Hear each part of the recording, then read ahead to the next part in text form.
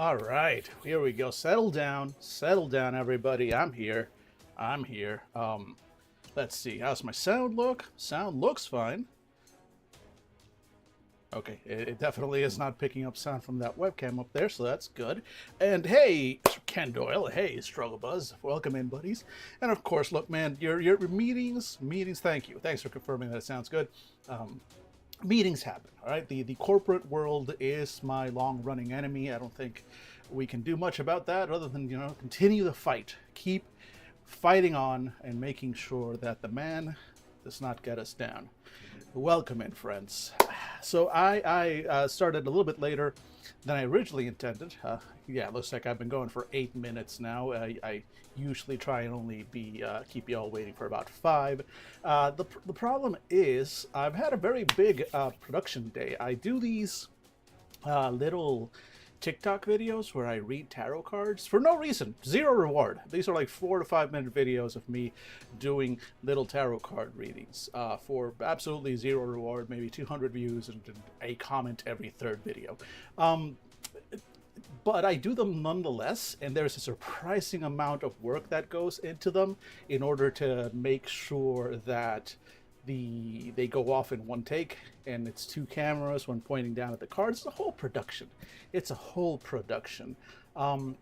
And anyway, I spent more time than expected doing those, and then I was like, all right, cool, let's set up the stream. And since I'm using a lot of the same equipment for the stream, but for that one, I had the cameras, and I had a green screen set up, and I had all that stuff. It's still partially set up over there. Camera, don't follow me. And I was like, oh shit, okay, let me just move everything over, boom, connected, we're good to stream. And then it hit me, why am I starving? I had not eaten, so I had to just scarf down a quick sandwich before I got on camera, which I have done. I am now fed. I have water. I am fed and watered. Really can't ask for more than that. And we're going to continue with Cantrip. Yesterday, we were looking at Cantrip here, and we got through most of the book. In theory, I could have just kept going and finished off the book, but I was tired, all right? I had just had a meeting, because meetings happen, even for me. Yeah, read tarot for fun with the implication of knowing the future. I mean, I read tarot for fun. So first of all, hey, Toroi, welcome in. And I primarily for fun. I mean, I do put on a show, right? And for me, I read tarot cards because I find that the themes and topics that they bring up are good for interpreting and helping me figure out shit in my own life. It's not so much foretelling the future as it is giving you a way of framing your present in a way that might help guide you in future decisions. But I don't ascribe any kind of magic or actual mysticism to it. Alas, as much as I would like to believe in all that stuff, I do tend to leave it for the games. Not so much letting the dice control me, but more storytelling. Telling a story, right? It's a lot like RPGs. My interest in it is very similar to my interest in tabletop RPGs. The cards are prompts. The cards are just like in an RPG, a little bit like kind of letting the dice control you in the sense like a lot of modern RPGs and OSR RPGs will have you roll on a few tables to generate setting, generate situations, stuff like that. So it's a little bit like that. It's a way of injecting a bit of randomness and then seeing how you can build a story that makes sense to you around that randomness. And that can seem oracular. That kind of thing can seem oracular, just like when you're playing a tabletop RPG. Sometimes the stories that form it, that take part in it, are particularly interesting or are come out kind of out of nowhere because of some element of chance that was injected into it. And so I read the tarot cards kind of in that. It's again for entertainment purposes only, basically. But sometimes you do get a chance to kind of it gives you the prompt to maybe look at certain life situations in a different light, in ways that maybe you wouldn't have thought of on your own without that additional prompting. And yeah, like I said, I enjoy them, and also I like the art. They're pretty, pretty. Shiny cards are shiny. I'm a bit of a pack rat, so there's also that. But yeah, it's that part is. I mean, as if what I'm doing right now wasn't a hobby. It kind of is, but I'm also. I would like to see how I can make a solid run at this in the long run, right? But the tarot TikTok videos are, I mean, if you must see them, it's just look for Uncivilized Dan on TikTok. But those are pure. Those are pure hobby. Those are not. I'm not expecting those to blow up big or anything. I actually do it kind of as an exercise in improv. As I study the cards, I try to remember what the prompts are. I try and take inspiration from the art of the cards themselves when I'm reading them, and it's a challenge to myself to take sometimes 3 very disparate cards with very disparate meanings and form a coherent story, a past, present, future, or a warning, situation, solution kind of thing with the cards. So it's also a creative exercise for me, which I really do enjoy a lot. Hell, I might do that on stream one of these days. I actually do want to do a couple of streams on more card-based RPGs. I actually have several examples of card-based, either RPGs that are meant to be run from cards, or card-based systems that are made for creating and forming your worlds. And I have several of those that I'm looking forward to on future streams, taking some time to learn and to show off here, do a bit of a deep dive on them. Speaking of deep dives, thanks so much for hanging out, folks. We are going to dive right into. So yesterday we looked at Cantrip. The first half we looked at the playbooks. I was going to say character classes, playbooks, and let's just go ahead and switch over the screen to that one. There we go, beautiful. So we've got the book here, and so yesterday we looked at it. We saw all of this stuff, all the way up to aspects. So we saw the basic setting and the system. We saw the role of the facilitator. This is technically a GM-less game. There is no GM. Everybody goes around the table, sunwise, clockwise, and takes turns both embodying their chosen character, their playbook, and the various aspects of the magical academy into which the young girl, the young wizard, I keep saying girls, they're really witches, just the young witches. Gender is a construct, and in this game specifically so. The young witches entering their academy, and the academy around them, right? So we saw all of this. We saw the basic system. I had some doubts or concerns because this is powered by the apocalypse, which historically I've had a few hiccups with. Not a value judgment, just a me problem, in which I was approaching powered by the apocalypse games with the wrong kind of mental model. Gotten better at that, but also this one specifically is a outside belonging game, and I'm not super familiar. I'm familiar with them. I've actually played a few in the past, but as a genre or as a label for them, I'm not quite sure what it is that brings them together, what makes a game a outside belonging game. So that's something that I want to explore in a future stream as well. The next game, after we're done with this, we already saw all the playbooks. Today we're just going to look at the aspects and kind of wrap it up, and I suspect we're going to have more than enough time for let me bring it up here. For the second game that we're going to look at, Blazing Him, if this one's an indie game, this one's even more indie. You can tell that it's basically a zine. But I'm a big fan of this one. I'm a big fan of the source material, or the inspirational material, rather, for this one. So I'm looking forward to going through that. It's, again, a very different vibe. Just like this one is a very different vibe from the game we reviewed before. That one was a dark steampunk fight, revolution against the God King. This one is a slice of life. Literally, one of the game modes is just slice of life. Witches in an academy, and then of course Blazing Him, which is "We will damn this world together." They may. I'm just going to read this because I'm excited to talk about it too. I don't want to take time away from Cantrip. I'm looking forward to diving into the aspects. I'm actually honestly excited to learn more about the aspects. I think that's what's going to make this game kind of stand out for us. But to whet your appetites for what's coming in the second half of today's stream, for Blazing Him, "We will damn this world together." They may descend from their perfect heaven in their perfect choirs. They may rend us and tear us and dissolve our world into nothing with their holy harmony. But we will show them the music of war. We will be the ones to damn the angels. This is anime as fuck. Get in the goddamn robot, Shinji. I am excited to get to that very shortly. And with that, let's actually refocus on Cantrip.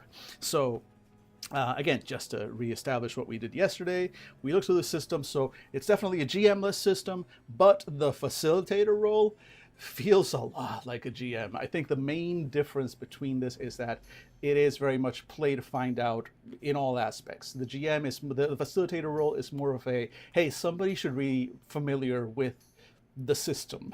Somebody should be familiar with how this game works so that the other people can, have somebody they can ask questions of. But otherwise, in terms of the running the game and the story of the game, that's actually made up at the table as you go. Everybody has narrative input, and as you go around the table and you take turns portraying your characters, the other players will portray the various aspects of, they will pick up and place in front of themselves and embody an aspect of the academy or the town or all these things, and kind of play that out, take over GM roles effectively for that aspect of the world. And multiple people can do that and join in the scene. And it seems like a very cool little system. I dig it. It's also very much a storytelling only system. While there is a system here, there are moves, just like in most Powered by the Apocalypse games. There are moves that you can make, although again, it's meant to be the narrative triggers the move. What we discovered is that, unlike a lot of Powered by the Apocalypse games, there's no rolling. Moves just happen.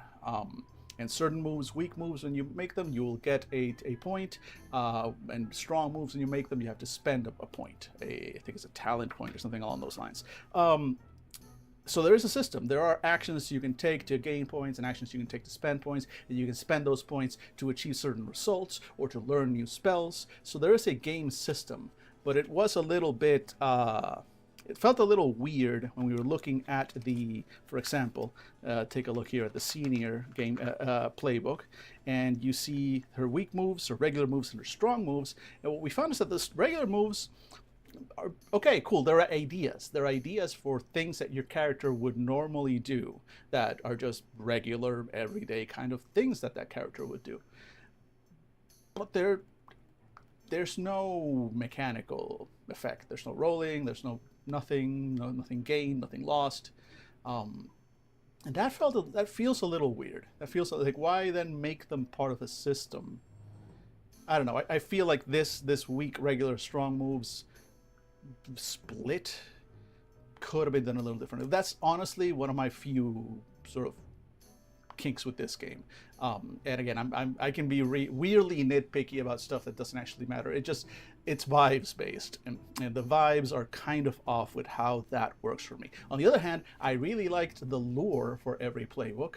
So every playbook has a lore, which is a way to get others, or reward others rather, for including you into their ongoing scene. So when it's somebody else's turn, when somebody depends on your experience, knowledge, and school's connections for help, they gain a token. Or even in your own, even if you're the one portraying that playbook at the table at the time, and so you're running a scene for them, you can kind of lure somebody into the scene with you by going, hey, if you were to depend, if you were to bring in, come to my senior and ask her for help with, their school connections to achieve something, you get a Benny, you get a token for that. So it's an encouragement for people to come up to your character and kind of bring them into that. And the lure for each one seems to be very closely matched to what that character just does, the main point of the playbook. So it is a way to mechanically reward people for bringing your character into the scene to do the thing that they are good at. I do very much like that.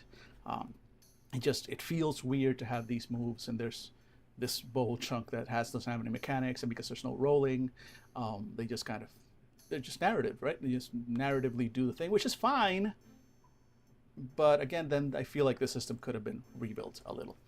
But that's just me. That's just me. Now, the last thing that we're going to look at now is the aspects. The aspects, as I said, are sort of the rest of the town, both the academy, the people, the places, the various aspects of the world itself, the challenges, and you will pick from these. They will be at the table. Each faction has its own. So there's multiple factions, right? Here, let's go back to the index real quick. So there's multiple factions within the aspects, multiple groups, I guess. There's the adult witches, the denizens, the town, the weave, and the academy itself. So let's look at the details on each one of those as we go. So when you're picking up the adult witches, so you are at the table, right? You pick up the aspect of the adult witches to represent that. And you have, we'll look at the description first of all, then we'll look at the mechanics. So the headmistress, the teachers, assistants, and non-teaching staff, all the authority figures you must contend with in your daily life.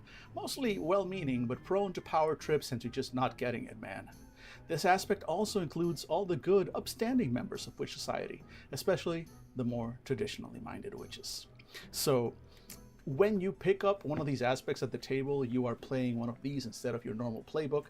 It gives you a set of moves that you can do. And again, I thought originally, because they're calling it moves, that there would be some kind of mechanical aspect to them, right? Maybe it's a challenge that the group would have to roll against or something. But no, it's just things that this aspect, that these people, this aspect of the world would do, such as appearing unexpectedly to stop the group's plans, changing the rules without warning, recruiting the characters to organize a school event, provide foolish advice, or enforce strict adherence to traditions. These are ideas of things that this group would normally do, which is fine. I feel there's a level of crunch that I wish I had here, I guess, that's all. That's why I'm curious if this whole sort of super storytelling aspect of this game, the fact that it is just very much just choosing, you are choosing moves to make, but you can of course do things outside of it. You can just role play the aspects, but it is pure role playing. There really is no aspect of chance or random dice rolling or random generation. Really, you're just telling stories together, which again, not a value judgment. On the contrary, I like that, but it is interesting to me, and I'm not sure if that is indicative of belonging outside belonging games or it's just this game. So again, part of the reason why I want to explore the genre more.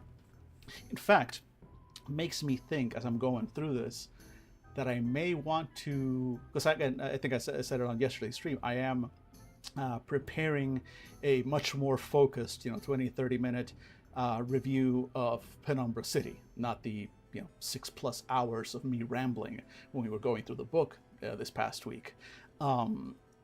This one, I feel like maybe I should save it instead of giving it its own review. I feel like maybe I should do a video on belonging outside belonging games in general, and then include this game and other games like as I'm talking about it. I think that might be a better approach to that. So I might not be. I mean, we're still going to continue this, right? Of course. But unlike Penumbra City, which is big enough to get its own full review, and specifically because this is part of that genre that a lot of people might be less familiar with. I know I sure am. I feel like maybe a video about the genre of games, and within that video we can include this game and a few others. And then if there's any standouts, they might get a full review of their own. But I think that's what I'm going to do. But in the meantime, let us continue with this one. So you've got your suggestions of things you can do, the moves right there. Then it's got some guidance. So basically, you pick it up. So this actually means something in the game. you pick up. So basically, um, if a if you want to bring this into a scene, you have to. This will be at the table. There will literally be a paper note that just says the adult witches. And if it's not already in front of you, where you can pick it up, you can kind of like grab it. You can trade away, which is like take whatever else you had in front of you and trade it for that.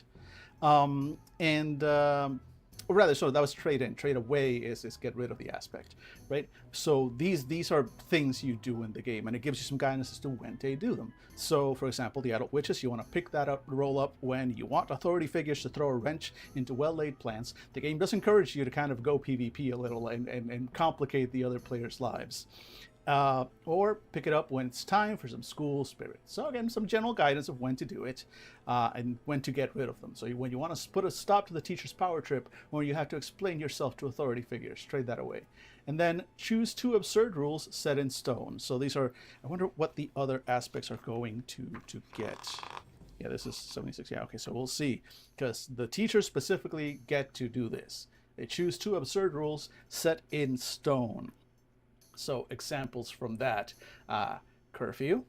You must wear a witch hat at all times, which I think I would pick immediately because, I mean, come on, witch hats. And let's see, going into town is mandatory. Unreturned library books will catch fire inside your bag. I like that one. Mandatory weekly bed check. Teachers must be addressed as your most excellent. Badly made potions must be drunk in full by the brewer. That seems deadly. Speed limit on broomsticks. All right, fun stuff. I like that. So the aspects, again, it's just like, it's interesting because it is giving a mechanical aspect, right, to role playing. It strikes me that this whole book is in its own way the GM section, because everybody is playing the GM role to a point. You're all taking turns representing both your character, your playbook, and the various aspects of the world and the town and the story. So all of this is the kind of stuff, it's less game mechanics, although it is game mechanical. There are steps, there's a step-by-step process to all these. These are terms that mean something in the game. They are terms of, terms of the trade, right? Or terms of art. No, terms inside the game. So but the kind of things that it's giving you feels almost like GM advice. It's telling you narratively, like when this should happen, when the narrative does that, right? For players, normally mechanics are a reaction, right? It is hey, when you get hit, you can react in the following ways. You can hit back, you can defend, when you're going to get hit, rather. You can block, you can parry, you can dodge, you can take the hit, blah, blah, blah. These are mechanical things. They do mechanical things within the game itself. Here, it's narrative. It's more like, hey, when you want authority figures to throw a wrench into well-laid plans, you pick up this role, and here's some examples of moves that they can do. And also, when you pick up this role, or rather when you're defining this role at the beginning of the game, this happens. You do these as well. So they are narrative things. They are narrative guidelines, which is kind of, again, the kind of thing I'd expect with a GM, for a dedicated GM. In this case, that guidance is being given to everybody because everybody's a GM. So within that framework, okay, I'm getting it, and I do like it. In fact, if anything, I wish there was more, but you get what you get with some of these indie games, right? They're making the best with the space that they have, and I think this is enough. I think we get a solid feel for what the adult witches are like. At the same time, like, it doesn't have to give us more than we need to have. So now let's see. So the student body. I like the art. I like the colorful sort of watercolory. Let me see. Yeah, there's like a watercolor vibe to the art in this book that I'm really digging. I'm really enjoying the softness. And also, just again, the 90s Trapper Keeper vibe. I grew up with this stuff. I can't help it. I like it. I may have gone to a little witch school when I was younger.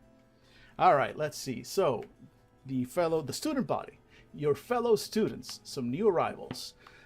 Some who have been here for a long time. Many informal hierarchies exist among the various cliques, but nobody would question the primacy and power of the annually elected student council.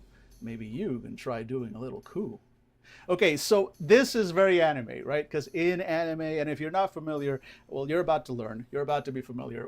In anime, since so much of it takes place in high school, and that's a whole separate conversation to be had there on why so much anime and manga is set in that high school setting. There's a lot to be said, and not in a negative way necessarily, just interesting way about why that specifically is within the Japanese culture in which most of these works are set. But one very common trope within these high school settings is the student council. I don't know about you. When I was growing up, yes, there was a student council. In fact, I was on it. I was on the student council. I think I was treasurer for a year. That meant nothing. I was not good with money then. I'm not good with money now. And I think I was like I don't know, some kind of secretary or page position at some point. Page, I don't know. Something like that in my student council when I was growing up. We did not have any actual power. I don't believe we did. I never experienced the thrill of holding power. If anything, it was just a little bit more, responsibility. Now I had to deal with money and keep track of things. I had no actual power. I couldn't say no when the council asked me for money unless we didn't have it. But I didn't make decisions. And the rest of the student council certainly didn't make decisions. They could say, oh, we want to spend the money on this, but there was going to be a teacher that was going to be approving or not approving. I was not handing out our like $15 operating budget to any other student without one of the teachers signing off on that shit real quick. But in anime high schools, the student council is like they can go up to the principal and demand shit. They can, they're union thugs. And basically, they wield actual power and influence within that. And being on the student council actually means something for your future and career prospects, or so the shows claim, or the setting of the shows, right? It's a very common trope. I don't know how reflective it is of the truth, but within anime, very common trope. And this fits that to a T, right? The student council is a legitimate force on par with the adult witches in this academy. Let's see. So common moves, stuff that's suggested for the student body: harass, bully, and pester the weak and the different. Well, some things never change even with magic. Make plans, go into town, throw a party, establish a new fashion trend, ask for help with a problem that can't be solved alone. Okay, cool stuff. So it tells you to go ahead and pick up this aspect when peer pressure weighs down on your fellow characters, or when the student council is up to something sketchy. We do not trust the student council. You should not trust the student council. They are powerful, and power should always be questioned. Trade away when the student council schemes disrupt yours, or when you're interacting with your fellow students. Also trade it away if you want to run for student council. And circle some recurring characters. Okay, so for the adult witches, we had those nonsensical rules. For this, we're going to select some recurring characters within the student body. And the examples that it gives us are the one other hedge witch at the academy. One of the playbooks is the hedge. She's a very crunchy granola kind of vibe. The haughtiest, poshest aristocrat than you can imagine. The student council treasurer and secretary. Hey, look, it's me. I'm in this game. Hey, Ma, I made it. I'm in a game. The witches who are in a band, the theater witches. I think we all know the theater witches. If any theater witches are watching, by the way, I am very emotionally vulnerable, and if you would like to abuse me, please leave a comment. The musical theater witches. I am also available for abuse from the musical theater witches. The troublemaker clique, the witches who can hook you up, and the star jock. Cool, that's a student body. I dig that. Let's see, and then the next aspect. So I'm liking the aspects are. Well, let's see. Let's look at the rest of them. But so far, in terms of mechanics, this game again, I feel weird. This is a very casual game. It's not meant to be. It's not a campaign kind of game. Like you could play a few sessions of it and that's it. Like there's not a terribly large amount of character progression or anything like that. It's very much like get together, do some casual scenes, do some casual slice of life, maybe have a little adventure, and just be light and have fun with it, which is a vibe that I appreciate and actively dig. So let's look at the denizens now. This aspect within the world, and this one looks fun. This one, I like the art. Look at that. It's like some kind of. Is that a? Are you a dragon? Are you a whale? Are you? You're just a thing. You're just a weird monster. And there's a tiny little witch, with her broom, going up to, I guess, ask for one of those books. That is the entire size of the witch. That is convenient and useful. So let's see. For hundreds of years, the Academy has employed monsters, goblins, ghouls, fairies, ogres, and stranger creatures to attend the grounds, sweep the floors, fix the plumbing, and even repair magical accidents. Very few of them, if any, are happy with this arrangement.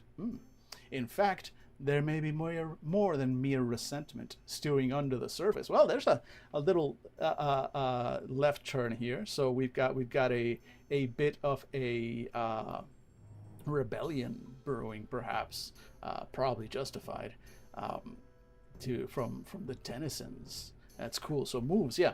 Sabotage something important. Seek help from witches. Reveal a previously unknown aspect of the denizens. Or stoke the fires of a revolution. They're not even being subtle with it. This is straight up like, hey, so we know you were looking at a much darker game last week, that Penumbra City one. But we saw you liked the whole bring down the God King and create a revolution aspect of it. So here you go, buddy. Here you go. Rah, row, rather. Fight the power. Choose their reputation. So it's the reputation of the denizens. So this is their reputation. It's not necessarily true. It's what people think of them when they think of them. So we got examples like overzealous, proselytizing, begrudgingly obedient, extremely formal, union, strong. Fuck yeah, there it is. I like this, and of course, lazy, unscrupulous, disrespectful. Look, man. Look, folks. There is something of a match to certain real-world events here, isn't there? So it recommends you pick it up when someone interacts with denizens or something at the Academy needs fixing, and trade it away when you are centrally involved with the creatures who keep things running, whether they're on the clock or pursuing their own goals in their free time. I like this. I like this aspect in particular. And the aspect of the town. So they specifically say in the setting earlier on that the town itself is specifically non-magical. And there maybe, I guess we'll learn more if there's any restrictions about that, but these are just normal people who have to deal with the fact that there are a bunch of, A, magic is real, B, it is primarily used by, pubescent witches who are barely in control of their hormones and yet are given the power to fling fireballs around. That's the vibe I got from this book. So let's see if that pays off. A short hop and a skip away from the Academy lies the town. Name it. Right, so you get to pick your own town name. Solid. Regular, non-magical people live their lives here, mostly unconcerned with the lives of witches, mostly unconcerned with the lives of witches, though a more discerning person might find the hidden nooks and crannies where magical items and services are sold, and even regular, mundane shops being run by a witch on the down low. So, a town full of mysteries and adventure for you. Haha. Moves. Make an outrageous demand. That makes sense. Like the normies are like, we refuse, no magic anywhere within the borders of the town. No brooms, no nothing. Shun and isolate witches, as people do. Establish an unexpected fact about town life. Cool. Try to fleece, con, or deceive the witches, because of course people are the worst. And find common ground and understanding with witches, because sometimes people are not the worst. Circle 2 desires. Ooh, desires. So things that the town wants. For example, financial stability. Starts right off the block with a big one. To absorb the academy into the town, violence against scapegoats. You can get real dark with this. To make witches subservient, to hunt down any witches. Yeah. So you can really kind of do a darker story with this, with these aspects if you really want it. Which, again, kind of falls in theme with a lot of the shows that this is based on. It is anime. Just because they're cute cartoons doesn't necessarily mean they're going to be simplistic, childlike stories, even if the stories are about simplistic, childlike characters.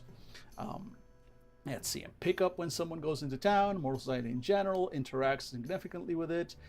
Trade away when you're out in the town or directly involved with a non-witch. All right, cool. I like the town. I like that there's an edge to it. And then the weave. This is the magic itself, and it is part of the setting. The magic, the aspect of magic. Let's go ahead and read on it. The Academy exists because magic is inherently unstable and dangerous, and has a mind of its own. This semi-sentient aspect has been called many names throughout the centuries, but currently it is known as the Weave.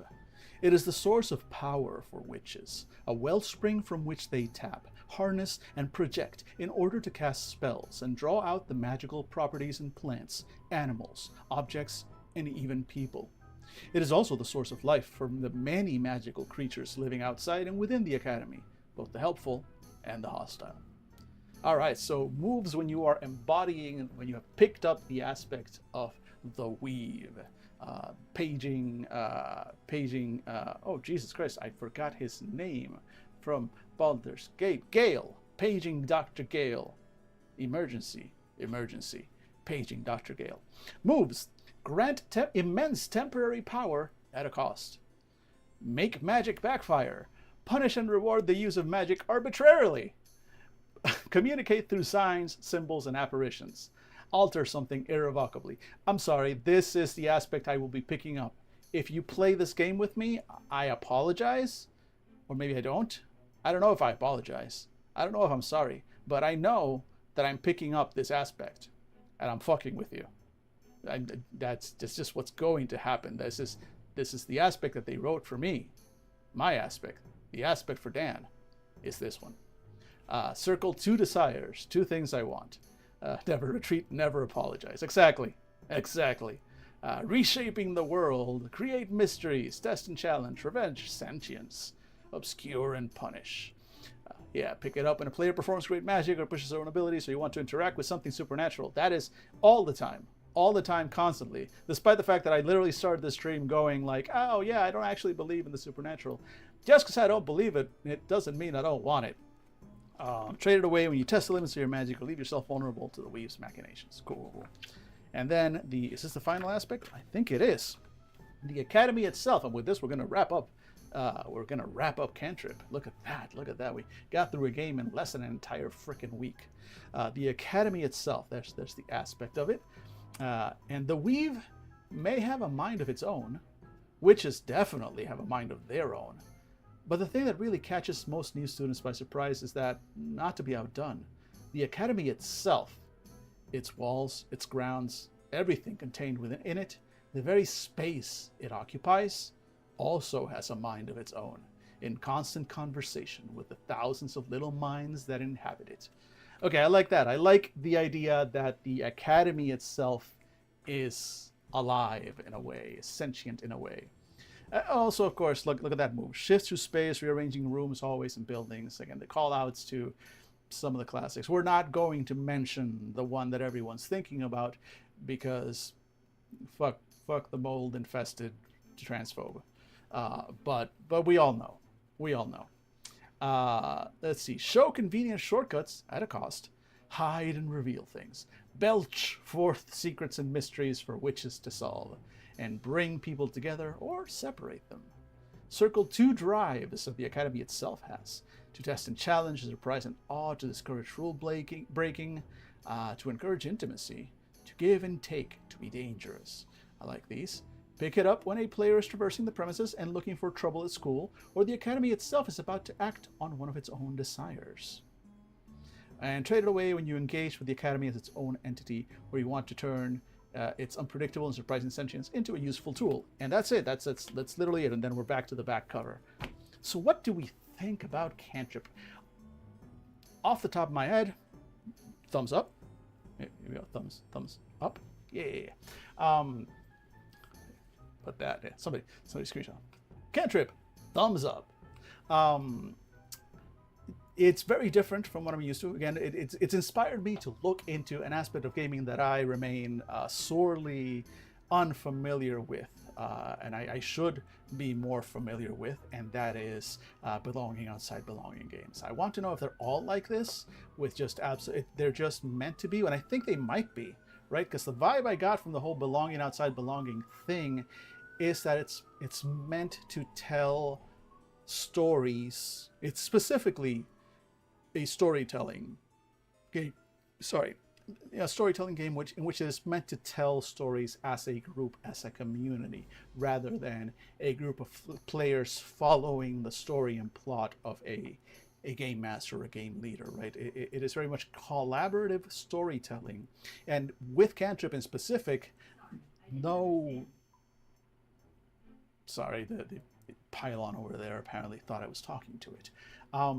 With Cantrip specifically, since there's no dice rolling, it is very much just an embodiment of that pure storytelling, which I'm kind of digging. I think I would enjoy probably playing this at a con and just telling some stories with the right group.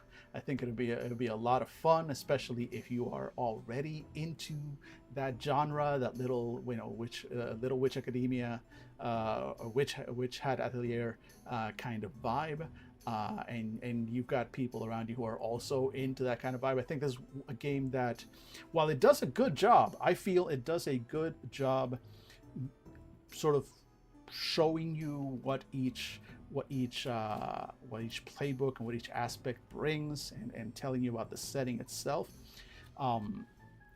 I think since it's a smaller book, it doesn't have the time to go into full detail, right? But part of it is also like it wants to give you the room to grow. And I think that will benefit if there are people coming in who are already familiar with. So this is very much a game like if you like this sort of game, you're gonna like this sort of game. Wow, that's a deep, insightful review. But it is kind of what it is. If you like this, if you like stories, slice of life, and anime stories about little witches in a magical little witch school with a slice of life bent and the chance for some deeper stories and the chance to explore some darker topics as these witches learn and grow up, it's all there. It's all there, but it is very much, it's going, like with most games, quality will vary based on your play group, and I think the right play group for this would definitely be people who are already familiar with the source inspiration material. Speaking of being familiar with the source inspiration material, I think it's time to move on to the next game that we're talking about. But definitely, Cantrip, thumbs up, like it, enjoy it, recommend it. If this is the kind of thing you're into, then you'll be into this kind of thing. Thank you. Please like and subscribe as we bring up the second game, Blazing Hymn.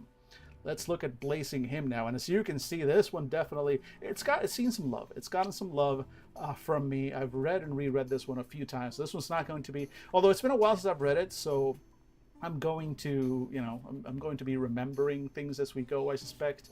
But it's been long enough that I might be surprised by things that I don't remember. So I'm excited for this one. And this was also part of the reason I decided to go with it. Because it's basically a zine. It's a much shorter game, and I definitely think we'll get through it, since a lot of it is kind of specs on the different types of angels and different kinds of armor that you can use. But at the same time, I do want to dive into some of these because these mechanics are so fun. It is based on the Lumen system, which is another one. It's a base system that I'm not 100% familiar with. It seems to be a very sort of rules light system meant for adventures and stories with sort of quick tactical but still sort of rules light, fast moving, fast paced combat. Which feels to me like a good match for anime. and the kind of anime stories and mech and magical girl fighting stories that this game is going to try and tell us. That said, have not had the. I've tried twice now. To get the boys to play this with me. I've been so close, and then both times something happened. Either a different game was chosen, or we had extra people coming in, and we had to switch our games. So both times I haven't gotten around to actually playing it with the boys or running it for the boys. I'm hoping to do so at some point. And this might be the reminder and refresh on the rules that I need to actually get that done. So with that in mind, let me rehydrate real quick here.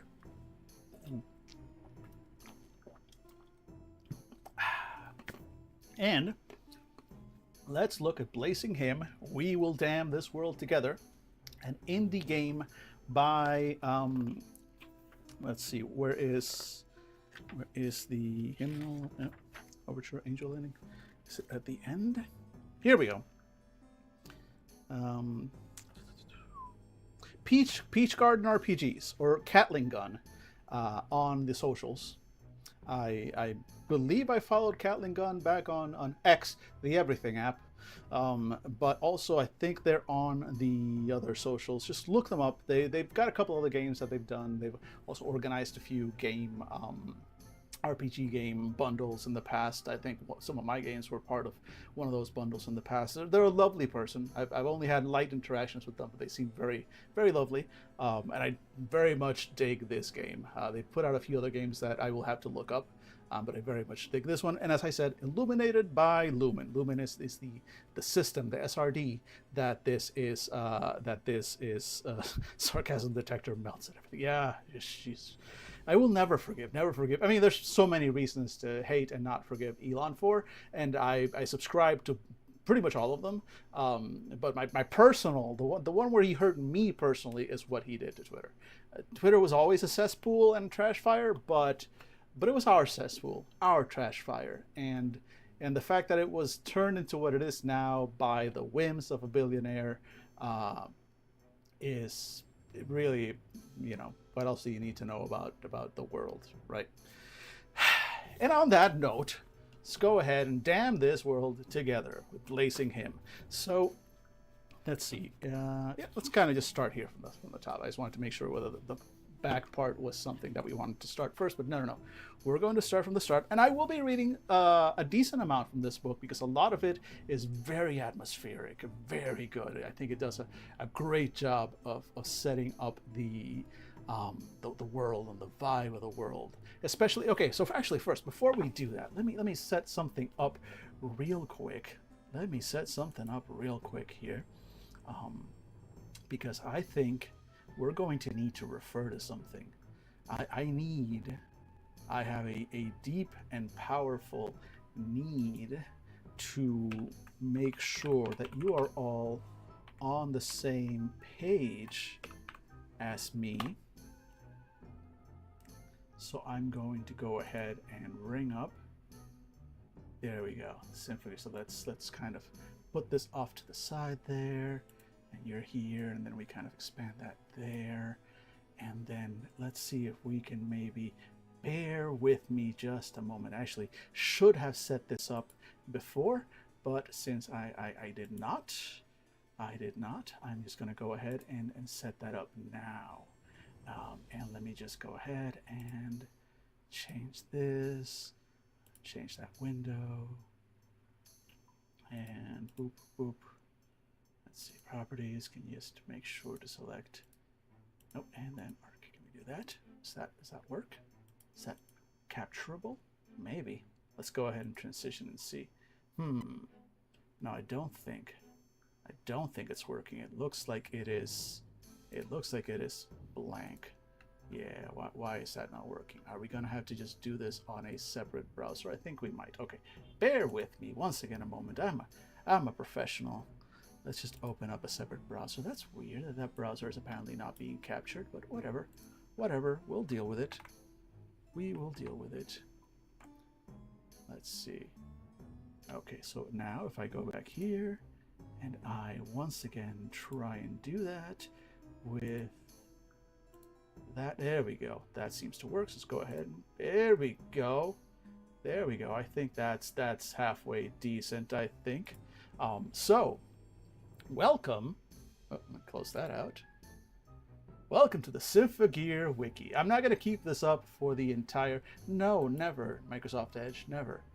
I don't know why my regular chosen browser refuses to work with OBS, but oh well. Oh well. But this is Symphogear. If you don't know about Symphogear, I feel bad for you, son. I do. It is underrated, severely underrated. Basically a magical girl slash battle anime, and it is lovingly taken care of by the this game that we're going to see. The influences in it are very strong, and I just wanted you to see this. I just wanted you to see this, and the various series that are happening here, because Symphogear is an anime about what we're going to see in this game. It's an anime about young girls. In the game, you can be whatever, but generally young people who fight enemies through the power of music. They have these magical suits, and the suits are powered by basically sonic frequencies. It's been a while since I've seen it, so bear with me. And of course, this being anime, it leads itself very much to the power of hope and all that. So when you're singing your heart out, you are more powerful. And the various symphonies and songs that they do empower their suits, and so it makes it so that the battles are both like basically pop performances, but also wild anime battles. And the animation is great. The storyline is surprisingly deep. You really get invested into the characters, despite the incredibly silly premise.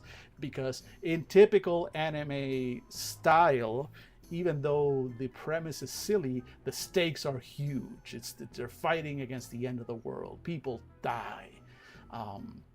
These are young girls going through trauma. Get in the goddamn magical music armor, Shinji.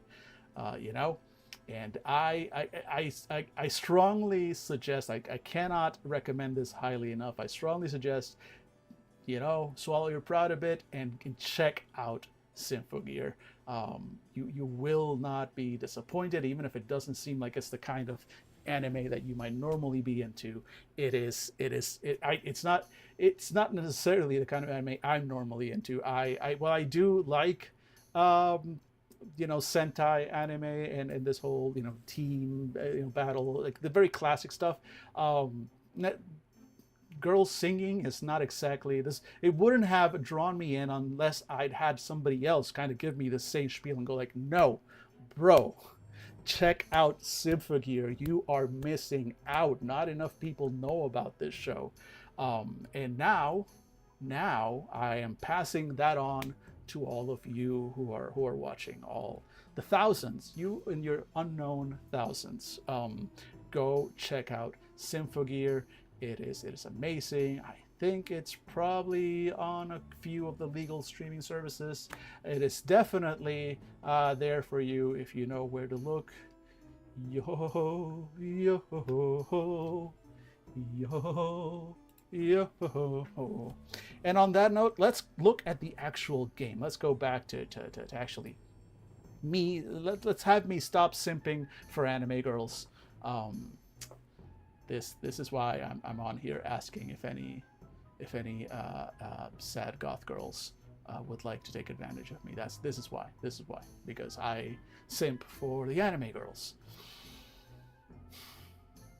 I don't actually simp for the anime girls. I just my taste in entertainment are embarrassing. You know what's not embarrassing? This game. There's your segue. So let's look at Blazing Him, and now that we've got a bit of a vibe, so picture that, picture what I just showed you as we now go into the game. Because one thing that does, understandable, art is hard. If you yourself are not an artist and you want to have art in your game, you need to commission an artist, and artists deserve to get paid. This is not a screed, oh, art is so expensive. It is, and it should be. Artists deserve to get paid. I cannot draw for shit. As far as I am concerned, visual artists, people who can draw, whether it's digitally or with ink or watercolors, whatever, that's witchcraft. Utter witchcraft. There is, I do not understand. There is no part of my brain, my body, my mind that grokks and clicks with the process of creating visual art and drawings and stuff like that. Artists are witches. They are mysteries. I do not understand them. I respect and fear them as one should, from afar. And if you are going to ask an artist, you are going to request art from that artist, you should come bearing an appropriate sacrifice for that artist. So with that in mind, I understand, given that this is basically a zine, why there isn't much, if any, real, art of characters or types or angels or anything. It's basically text and some visual design, graphic design for the layout and of the game itself, which I think is great. I think it's actually pretty good. It's a zine style, so some parts, legibility might be rough in some areas, but overall, good design. Wish there was more art, of course, but it is what it is. We'll take it. That's part of why I wanted to show you all Symphogear. So yeah, exactly, Ken Doyle. I also, at least currently, definitely cannot afford art. This whole thing, right? The whole overlay. I didn't make this. This was Etsy. I bought this on Etsy. I paid good money for it. Worth every penny. If anybody likes it, let me know, and I can always I can look up who the artist was. But I did pay for it because I can't do this on my own. I just nothing. I'm no good at this. So. Again, with that in mind, completely willing to forgive that there is not a lot of art in this book. That said, I do wish it was there. So that's my only complaint there. And now you've seen the Symphogear website, so go ahead and picture the magical girls as we dive into the game proper. So let's finally go ahead and do that. Let's see, if I see any RPG book that uses AI art, quote unquote AI art, they are not getting my money. No, I get that. It is weird. Like I will definitely also not support or pay for any book that is using AI art. I don't appreciate it. I'd rather just have some decent visual design and a good game and no art than those same things and then AI art, right? Knowing that, it's not necessarily knowing that you could have supported artists and didn't. Maybe you couldn't support artists, right? I get it. Maybe you can't afford. I cannot afford that, unfortunately. I definitely want to commission art for myself. Over here over my shoulder. There we go. That up there, which is blurry right now, and I'm not gonna do all the effort of doing that. But that is a commissioned piece of art from Tony DiTerlizzi, one of my favorite artists. You may know him from Planescape or other. I'm sure there's other. I believe he's what is it? I don't know. There's several series that he does art for. He's famous for a lot more than just Planescape. He's also, I believe, one of the main artists for the original Changeling: The Dreaming. Anyway, I love his art style, and that is an actual. It's not a print. That is the actual original art from that artist. I was given it as a present. I do not know how much it cost. It is quite literally, possibly the most important, the most valuable thing that I have, and I have nothing but respect for it. And for artists, again, it's like, yeah, I would rather have no art than AI art. I do understand, for example, I have no issue with it if, for example, for a home game, your players and your GM, use some AI art to spice up your home game. Sure, I don't approve of it. I'm not going to say fuck yeah. I played with AI art myself. Before I kind of really got more like aware of the costs and everything now, I don't really find it that fun. But I get it. I get it. I get the fun of it, and how useful it is for people. And if again, it's a home game. Look, man, that they were never going to commission an artist to make them character pictures. Like for the most part, these people were not going to spend that. So if the money was never going to be spent, then fine, whatever. It's still not a great thing considering the cost in electricity, etc., but I'm not going to come to your house and rip your AI art out of your cold dead hands, but for commercial games and for anything that's being put out for others, especially if it's commercial, especially if you're selling it, no, AI art and AI generated products are not acceptable as far as I'm concerned. Not something that's ever going to get my money in any case. So let us finally dive into the book. This is all in the post-stream editing. That entire thing is just going to end up on the cutting room floor. It's just what I do when I clean these up. Every digression just ends up on the cutting room floor. So those of you who are here live, you're welcome. You're getting the stuff that everybody else just doesn't get. Stuff like me ranting about AI art. Let's see. I sing of us with every bullet. Now here's the sad part. See, there's another digression. Here's the sad part. I also cannot sing. I will not be made to sing. You don't want me to sing. Me singing would be a bad idea, a bad thing. So, unfortunately, I will not be singing even things that look like lyrics. I will simply be reading them because this is for your sake as much as my own. All right? I sing of us with every bullet because the thought of you is the reason I can never let myself fall. I love that. I sing of us with every bullet in a game where you use song to fight because the thought of you is the reason I can never let myself fall. That is anime as fuck right there. I love it. I love it. A very cool little quote to start with. That's the overture. The lights are dimming.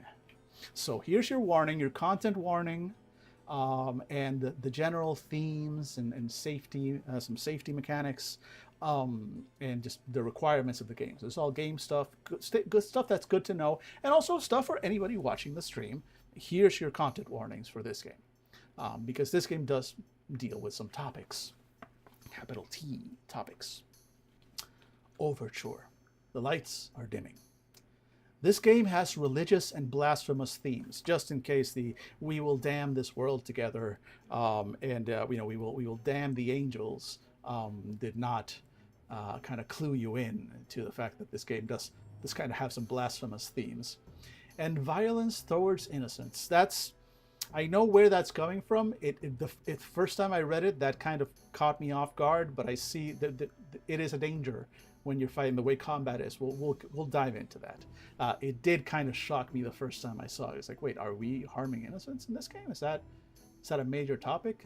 But it is fair to bring it up. It just kind of did shock me the first time. If any of these things make you uncomfortable or cause you stress, please set the game down. Treasure your mental health. So they're saying, hey, if the things we're going to do in this game, things we want to talk about, bother you, it's cool. It's cool. No judgment. Step away. Not the game for you. All good. Blazing Hymn is meant to be played by 3 to 6 people, one of whom is a game master. This is a more traditional, game with a game master. In this game, the game master's primary role is to set up missions and control opponents. In addition to your players, you will need 6-sided dice, preferably 4 or 5. So the Lumen system is very, just D6s. Some way of keeping track of characters, like a pen and paper. Are there character sheets? I don't think so. The characters, oh yeah, there are, here we go. Yeah, we do have some character sheets that we can photocopy and print out. A map, shared screen, or other way to illustrate locations of characters and enemies. Optional, but highly recommended. So while this game is not really compatible 100% with Theater of the Mind, it is a very abstracted system. There is a map thing. It's meant to be played on a map, but at the same time, it's not necessarily super crunchy. Again, we'll see that when we get to it. So like I said, it's optional, but it's highly recommended. The kind of game this is very much benefits from that aspect. I think that's also one of the reasons why it's been a while. We haven't quite gotten around to playing it with the boys, because any game that really benefits that much from a visual, physical element, it's not always a good match for a podcast, right? That said, it's not 100% required, but it does help. It does help. Like I said, we'll look at that once we get to the combat. Before you start play, make sure all players know that violence is a central theme. Right? This is a game where you are fighting things. There will be violence. Ask if everyone is all right with civilian targets being involved. And if they're not, you can work with that. But it is a kind of a major theme in the game. We'll see. Make sure the players know the character death is their own choice, not the GM's. Establish ages for the cast based on everyone's comfort level. Go over any triggers, stress points, or dark themes as a group, anonymously or not. So, safety tools. A little bit surprised that there wasn't like a link to like usually one of the safety tools, resources online or anything like that, but basically safety tools. Decide whether this place takes place in your own city, your own world, or a fictional one, and agree to play the game in a way that everyone is comfortable with. So, a good sort of session zero stuff. Now we go into the actual game setting itself. So let's take a moment.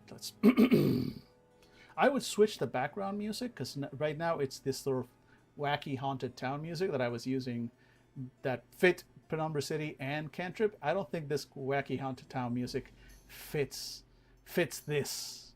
But I don't know. Do I? Nah, I don't have the time. I'm not gonna spend the time right now going into my music. Actually, you know what? No, I might. You know what? We're about to start a new game. Let's do a little break. That'll give me a chance to actually refresh my water. We've already been going for an hour and a quarter. So this is a good time to take a quick break, and that way we can focus and maybe get through the whole thing in one section. I think I would like to do that. So let's do that. Let's refocus a little bit. We will be back in 5 minutes, and I'll use that time also to maybe find some more fitting background music for when we're going to it as well. All right. So folks, thanks so much for hanging out. Bear with me. We will be back in 5 minutes, and be right back.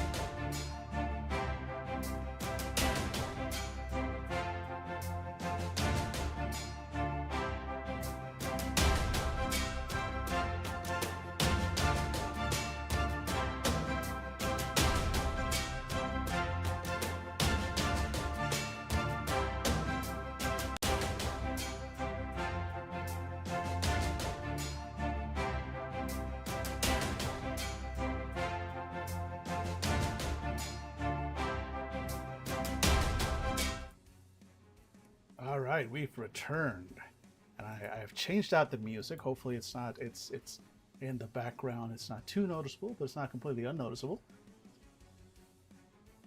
Yeah, there we go. It's dramatic tactical combat music. So let's see how that treats us as we finally settle in. No more interruptions till the end of the stream. Look at Blazing Him. So let us look at the Angel Landing. This is the setting. This is the first thing that we're going to see here. This should give us the vibe of the world itself. So let's go ahead and read through it. Angel Landing, chorus of devastation.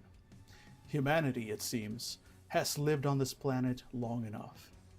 At first, when we called them angels, we meant it. Their flawless crystalline forms caught the sunlight in dazzling colors, and their radiance set our hearts at ease. These otherworldly creatures didn't come from any planet we could identify, but we knew the second we set eyes on them that they came from somewhere beyond us. Then the slaughter began. Soon we spat the word angel with a thick, poisonous irony heavy with grief and terror. Their attacks didn't seem random. In the middle of our largest and proudest cities, they showed their blades and showered the land in their poison. They flashed into existence like exquisite kaleidoscopes, and everyone they touched died. Earth creatures, ourselves included, crumple at their touch, dead in instants. Where angels have gone, nothing will live. The air shimmers like an oil slick in all the colors of the rainbow, and the very grass withers. There is a lingering sound, faint but detectable by sensors, like the ringing of a struck wine glass. Now, we call them angels, literally. We know what they are. They have come from heaven to massacre us. We will not let them. So that's the base. The world has been attacked by these interdimensional, transdimensional creatures, beings known as angels. They seem incredibly hostile to human life. Their very existence, they poison the air and earth, and they make the earth uninhabitable merely by being in it. Never mind when they actually start attacking, and humans are basically defenseless against them. The moment you touch one, you're dead. Meeting is finally ended. Oh look, we have angels in the Neon Genesis Evangelion sense. That is, NGE is very much also part of the inspiration for this particular game. So let's continue with the setting and the history, because I love this. Hymnal, Melodies of War. Go ahead and bend it. There we go. Heretical scientists listened to the singing of the angels, and soon one stepped forward with a theory. Gain. That theory became a principle. That principle became a weapon. That weapon became our only hope. Now we have hymnals to defend us. Arcane battlesuits powered by our human songs of violence, hope, and pride. The wearer sings to generate gain, which is converted by the heretical magic in the hymnal system. Music becomes a shield against the angels and their poison, and songs become our weapons. A hymnal unit is lean and sleek, but capable of generating solid matter out of seemingly nothing. That matter takes different forms depending on its type. Some hymnal units can summon enormous swords, and some shoot bullets or arrows. They also augment the physical speed and power of their wearers, making anyone into a literal combat machine. When not in use, a hymnal looks like a pendant, a faceted gem that shines like an angel wrapped tightly in a network of platinum wires. The user sings an activation melody, which causes it to manifest the battle armor. At first, it was our hope that hymnal units could be mass-produced and distributed to militaries for hardened soldiers to wear. That hope died on the vine. Not only is every hymnal unit unique, but the people best capable of summoning its arcane power aren't soldiers. They're musicians, typically young ones capable of screaming their very souls into their music and meaning every word of it.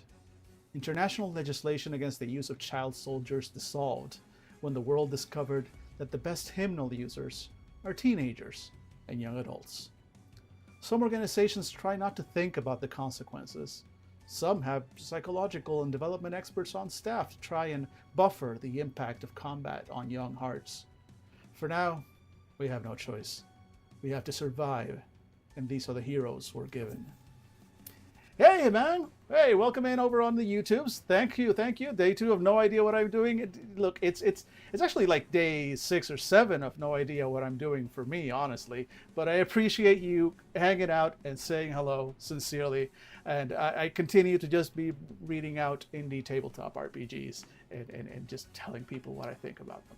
That's what's happening. Hey, Twitch, YouTube says hello. YouTube, Twitch says hello.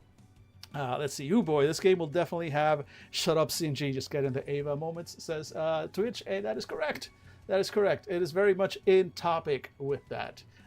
There we go. And look, there we go. YouTube can now see on the screen as Twitch says hello. Let's go ahead. So that's the setting. That's the setting. Angels, these beings that we know as angels, are attacking. They're killing the people. They're destroying the world. And we discovered a way to fight back.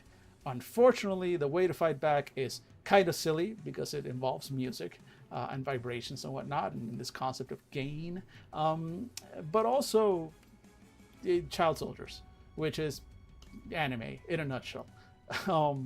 So you kind of have to deal with that. So let's look at the system, because I do dig. Again, I'm not a musician either. I am not. Look, man, I am not in any way, shape, or form talented. All right, I am not an artist. I am kind of a performer. Here I am performing for you. I am the monkey.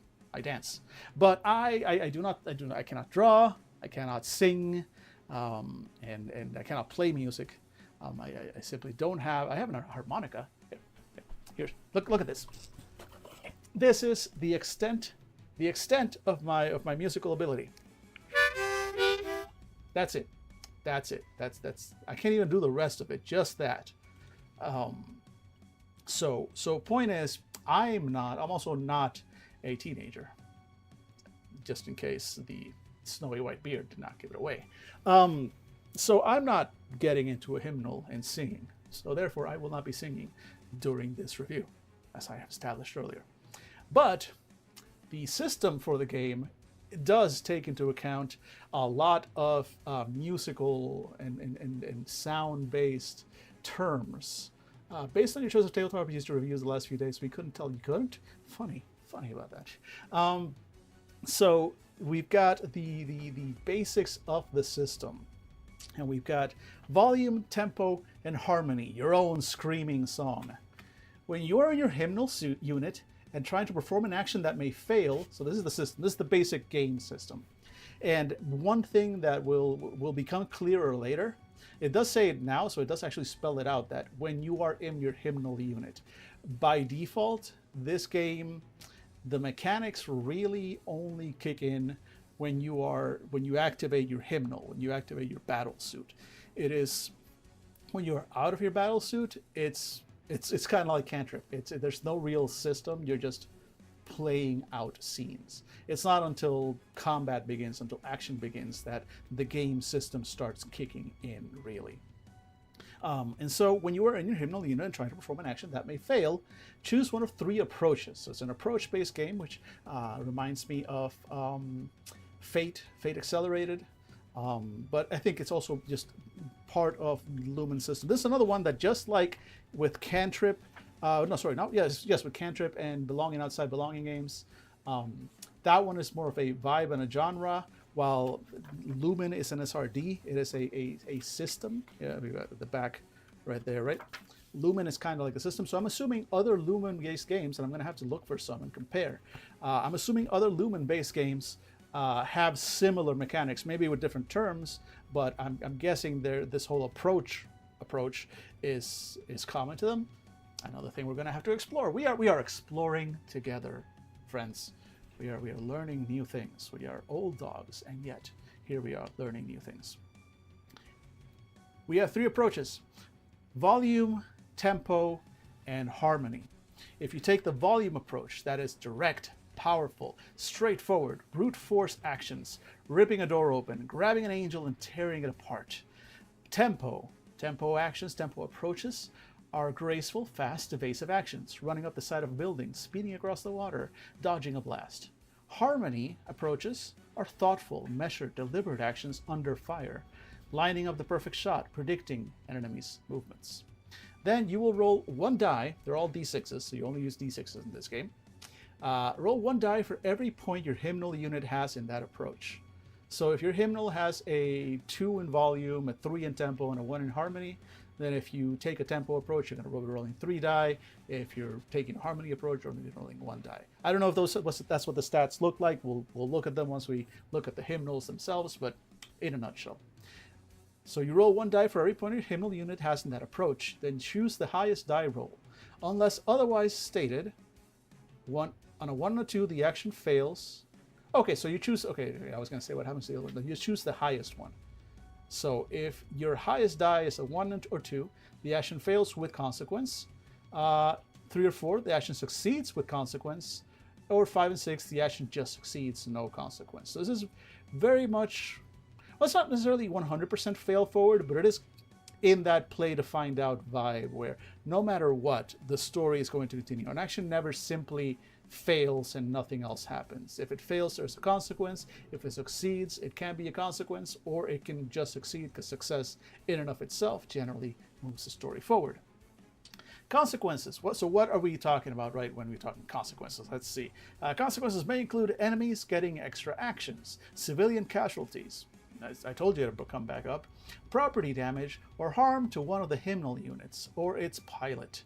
Most missions take place in combat where the GM will choose an enemy action from a list when you roll 4 or lower. So we'll see that in some of the examples. When you roll the consequences, some missions actually give you example consequences that will happen during that mission, which is good. I like that.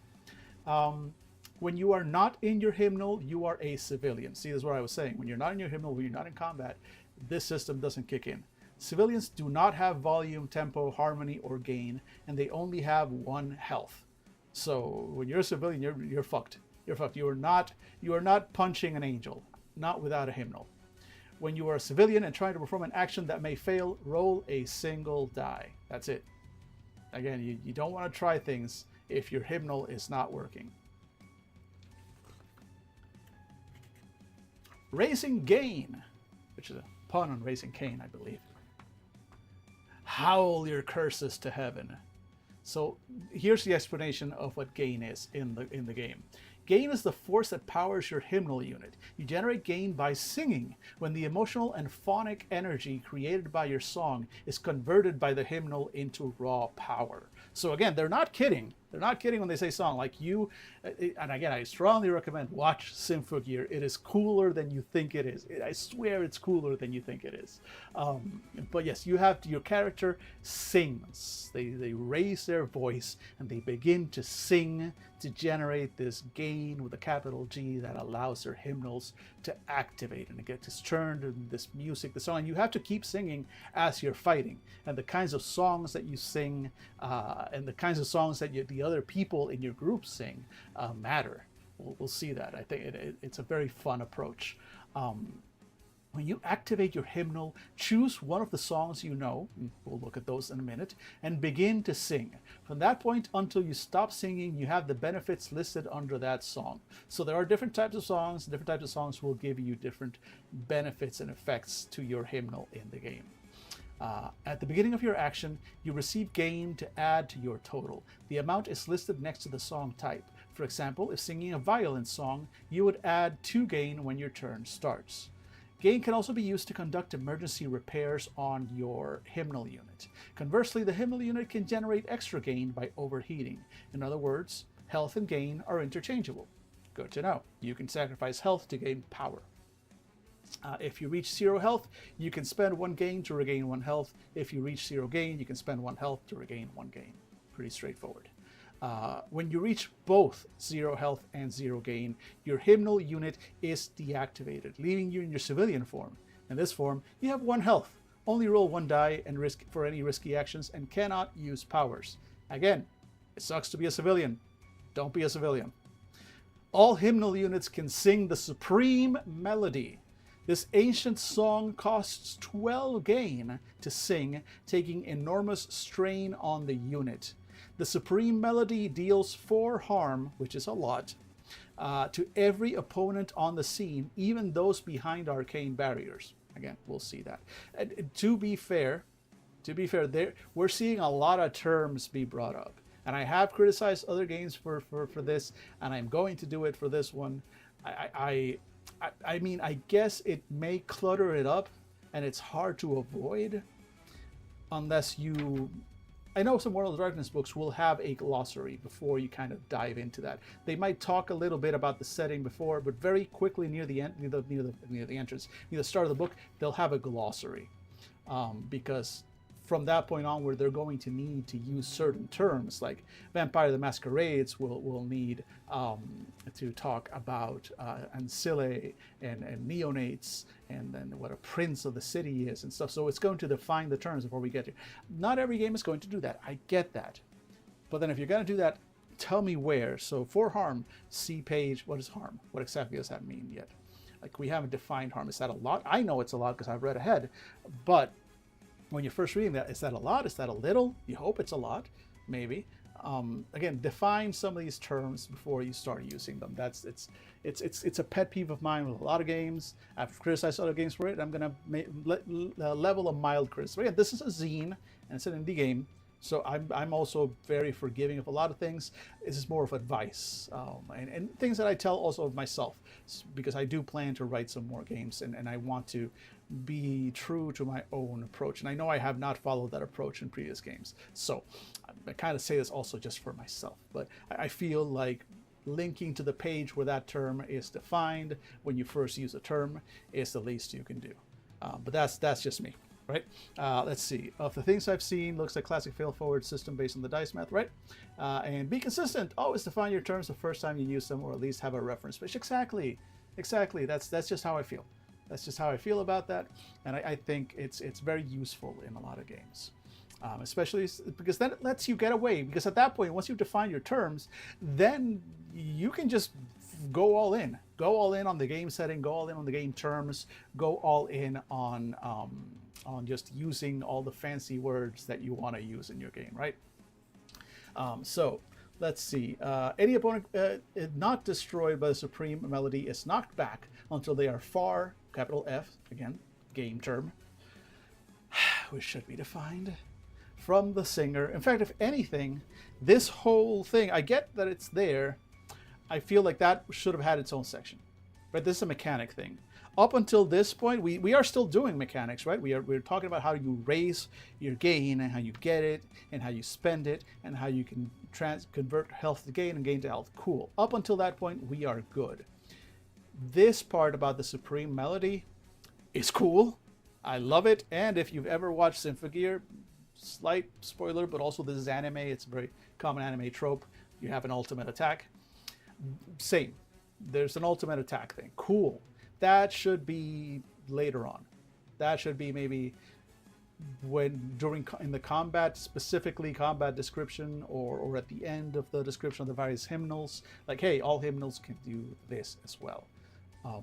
Because at that point, when you bring it up, you will have discussed what harm is, how that works, what arcane barriers are, what far means in terms of the game, etc., etc. So that's my approach. That's how I would have approached that there. Again, indie game, get it.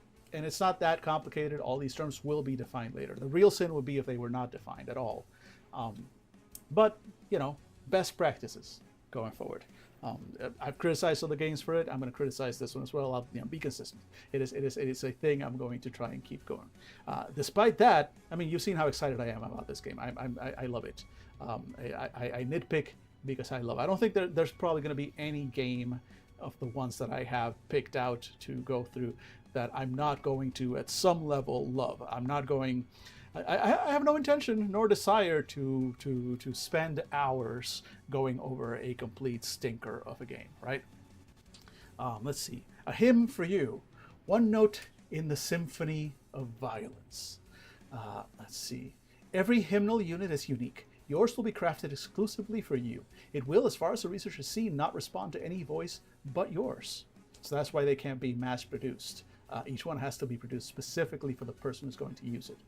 So first you will choose a hymnal class, and we'll check those out in a minute. Each has its own list of powers, its own attacks, and 2 variant stat lines, which I really like.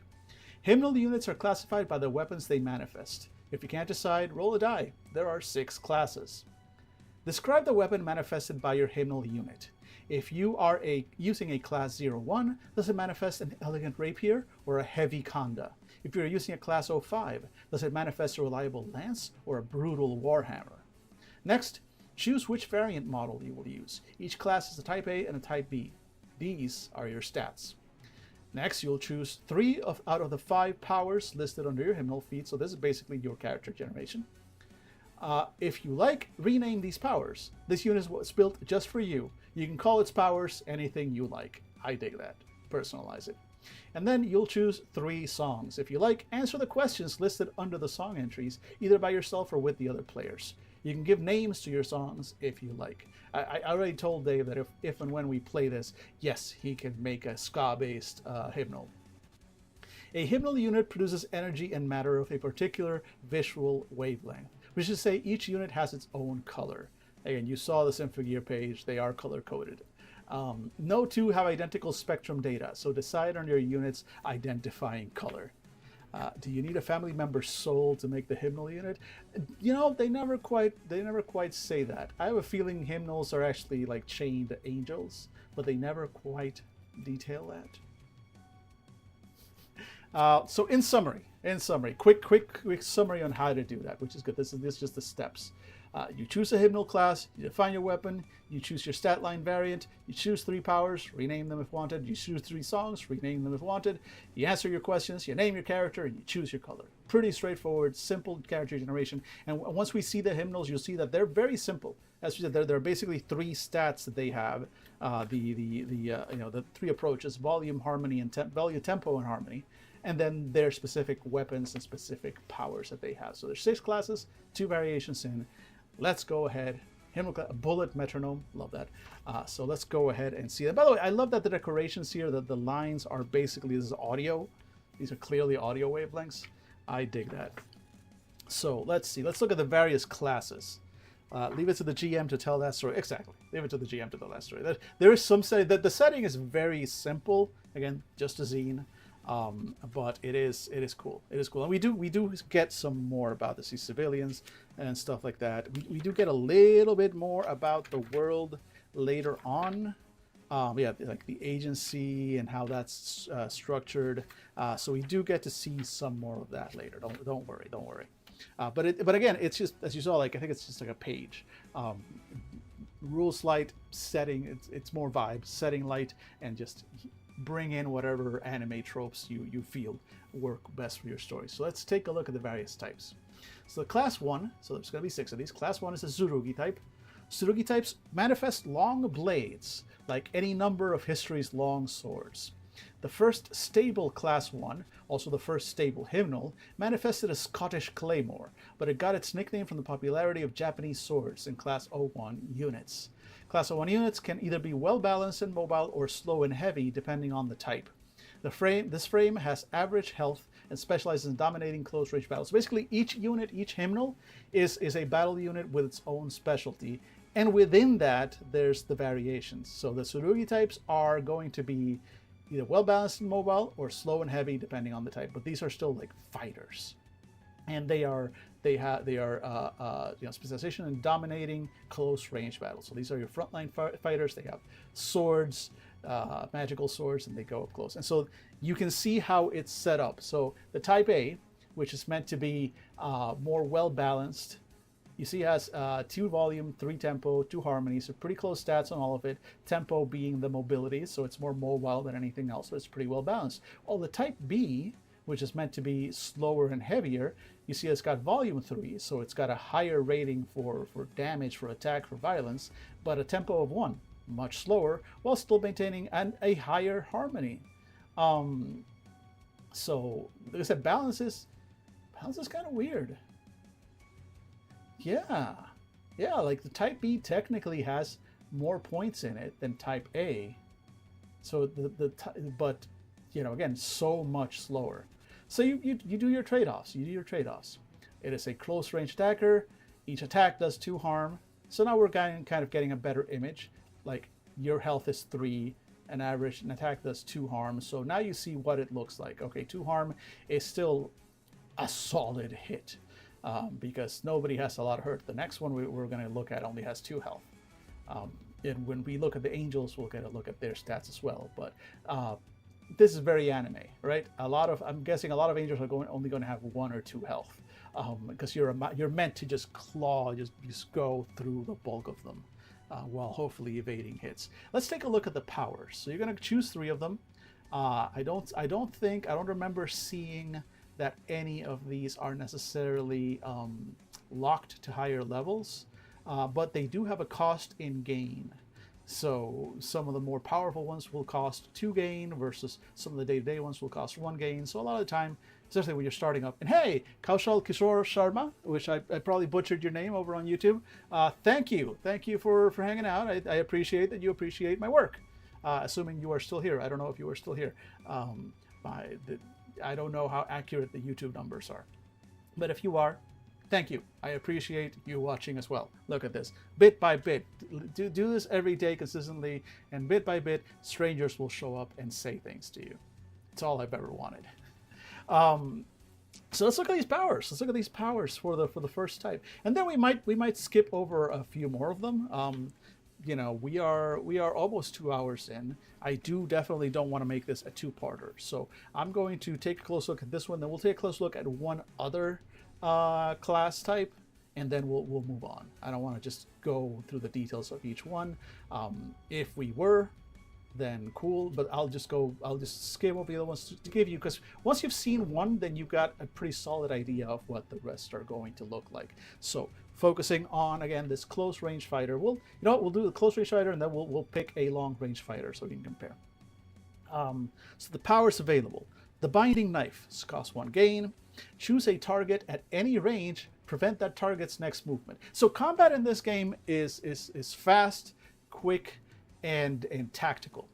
So as you can see by the very first power that you are given access to, or that you can choose here, is a power for, we've got a hymnal class, a character class that is focused on close combat. It's focused on its close range, but also it's got some crowd control. It's got mobility. So you can do that binding knife. So if there's a bigger enemy you're fighting, 1 or 2 enemies up front, there's another one coming up ahead, and you don't wanna you wanna keep it pinned down so that it doesn't join and you're not overwhelmed, stuff like that.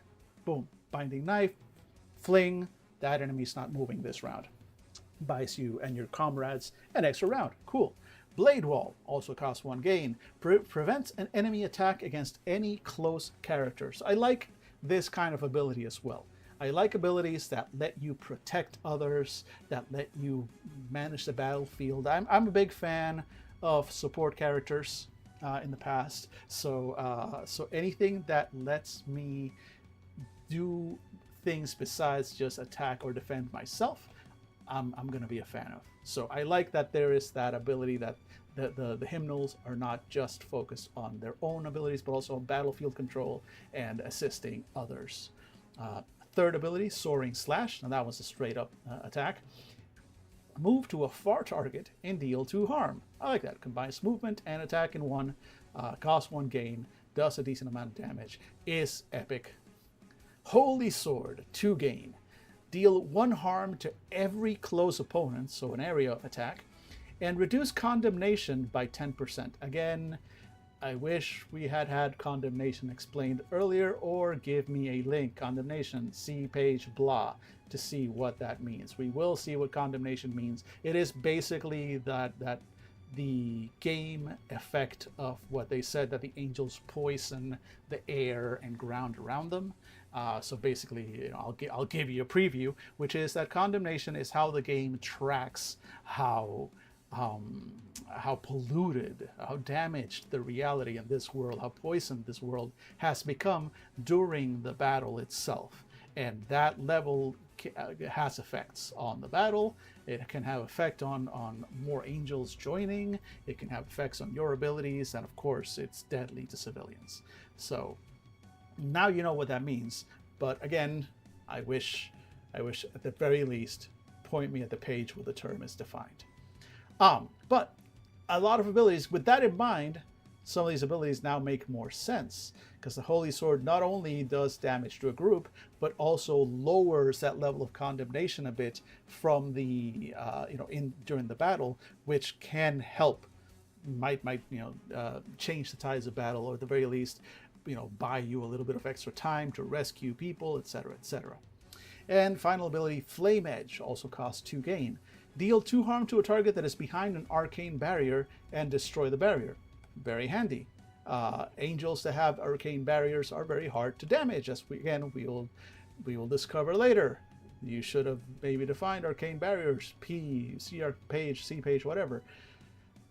I'm gonna keep doing that. But okay, so that's a good example of a up close class. It's kind of an all-rounder. You do have an option to have one that's more tanky, so you just hunker down with that low tempo, but that high harmony, high volume, and just wail on the enemies, and maybe then use abilities like Blade Wall to protect those around you, Binding Knife to keep the enemy under control and away and unable to move, and then later on either Holy Sword to clear the area around you, or Flame Edge to just break through a more advanced enemy's blade barrier and then open them up so that then the rest of the party can get in and start doing damage. Lots of fun stuff you can do, and that's just the first class. Now let's take Class 02. Name for a classic Chinese rocket-powered weapon. Class 02, the Huojian type, was first stabilized in Guangzhou laboratory. Because of its high power output, it is a popular class for skilled users who can mitigate the fragility of the frame. Class 02 units have 2 primary builds, like all classes. The first is a versatile, high-speed, high-output assault weapon, and the second is a highly stable and forceful sniper.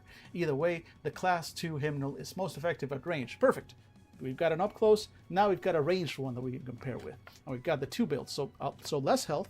These are glass cannons, right? They don't have as much health to work with because they're not meant to be on the front line. These are ranged fighters. And the 2 versions, Type A has 1 volume, 3 tempo, 3 harmony, so very much high mobility, right? Tempo. And harmony is, how do they describe it again? Thoughtful, measured, deliberate actions under fire, lining up the perfect shot, predicting an enemy's movement. So both of these have harmony 3, so they're kind of snipers. High speed, high output assault weapons. So tempo and harmony. So basically they can do Type A, not a lot of damage, but moves real fast. And if given the time, they can pull off some good shots. While the second one does a lot of damage, does not. But these are the snipers. You're supposed to find a hiding spot where you don't have to move too much, line up your shot, and then fuck them up, son. Fuck them up. They're far attackers, distant attackers. Their basic attack does 2 harm, just like the Class 01. And their powers, let's see what options we have. So, power number 1, covering fire. Prevent an attack against one. Great, excellent. So same, it's not just the melee classes, but also the distance classes have a way to cover and protect their fellows. I dig that. This is meant to be squad-based combat. You're not just the one player doing this. You're meant to go together, and the fact that there are mechanics that back that up, appreciate that, love that. Reckless Missile. Deal 2 harm to a near or close target. Cool. All right. So this is like a distance thing. It's deal 2 harm to a near or close target. I guess. Oh, okay. I guess we'll see later on. I guess in combat.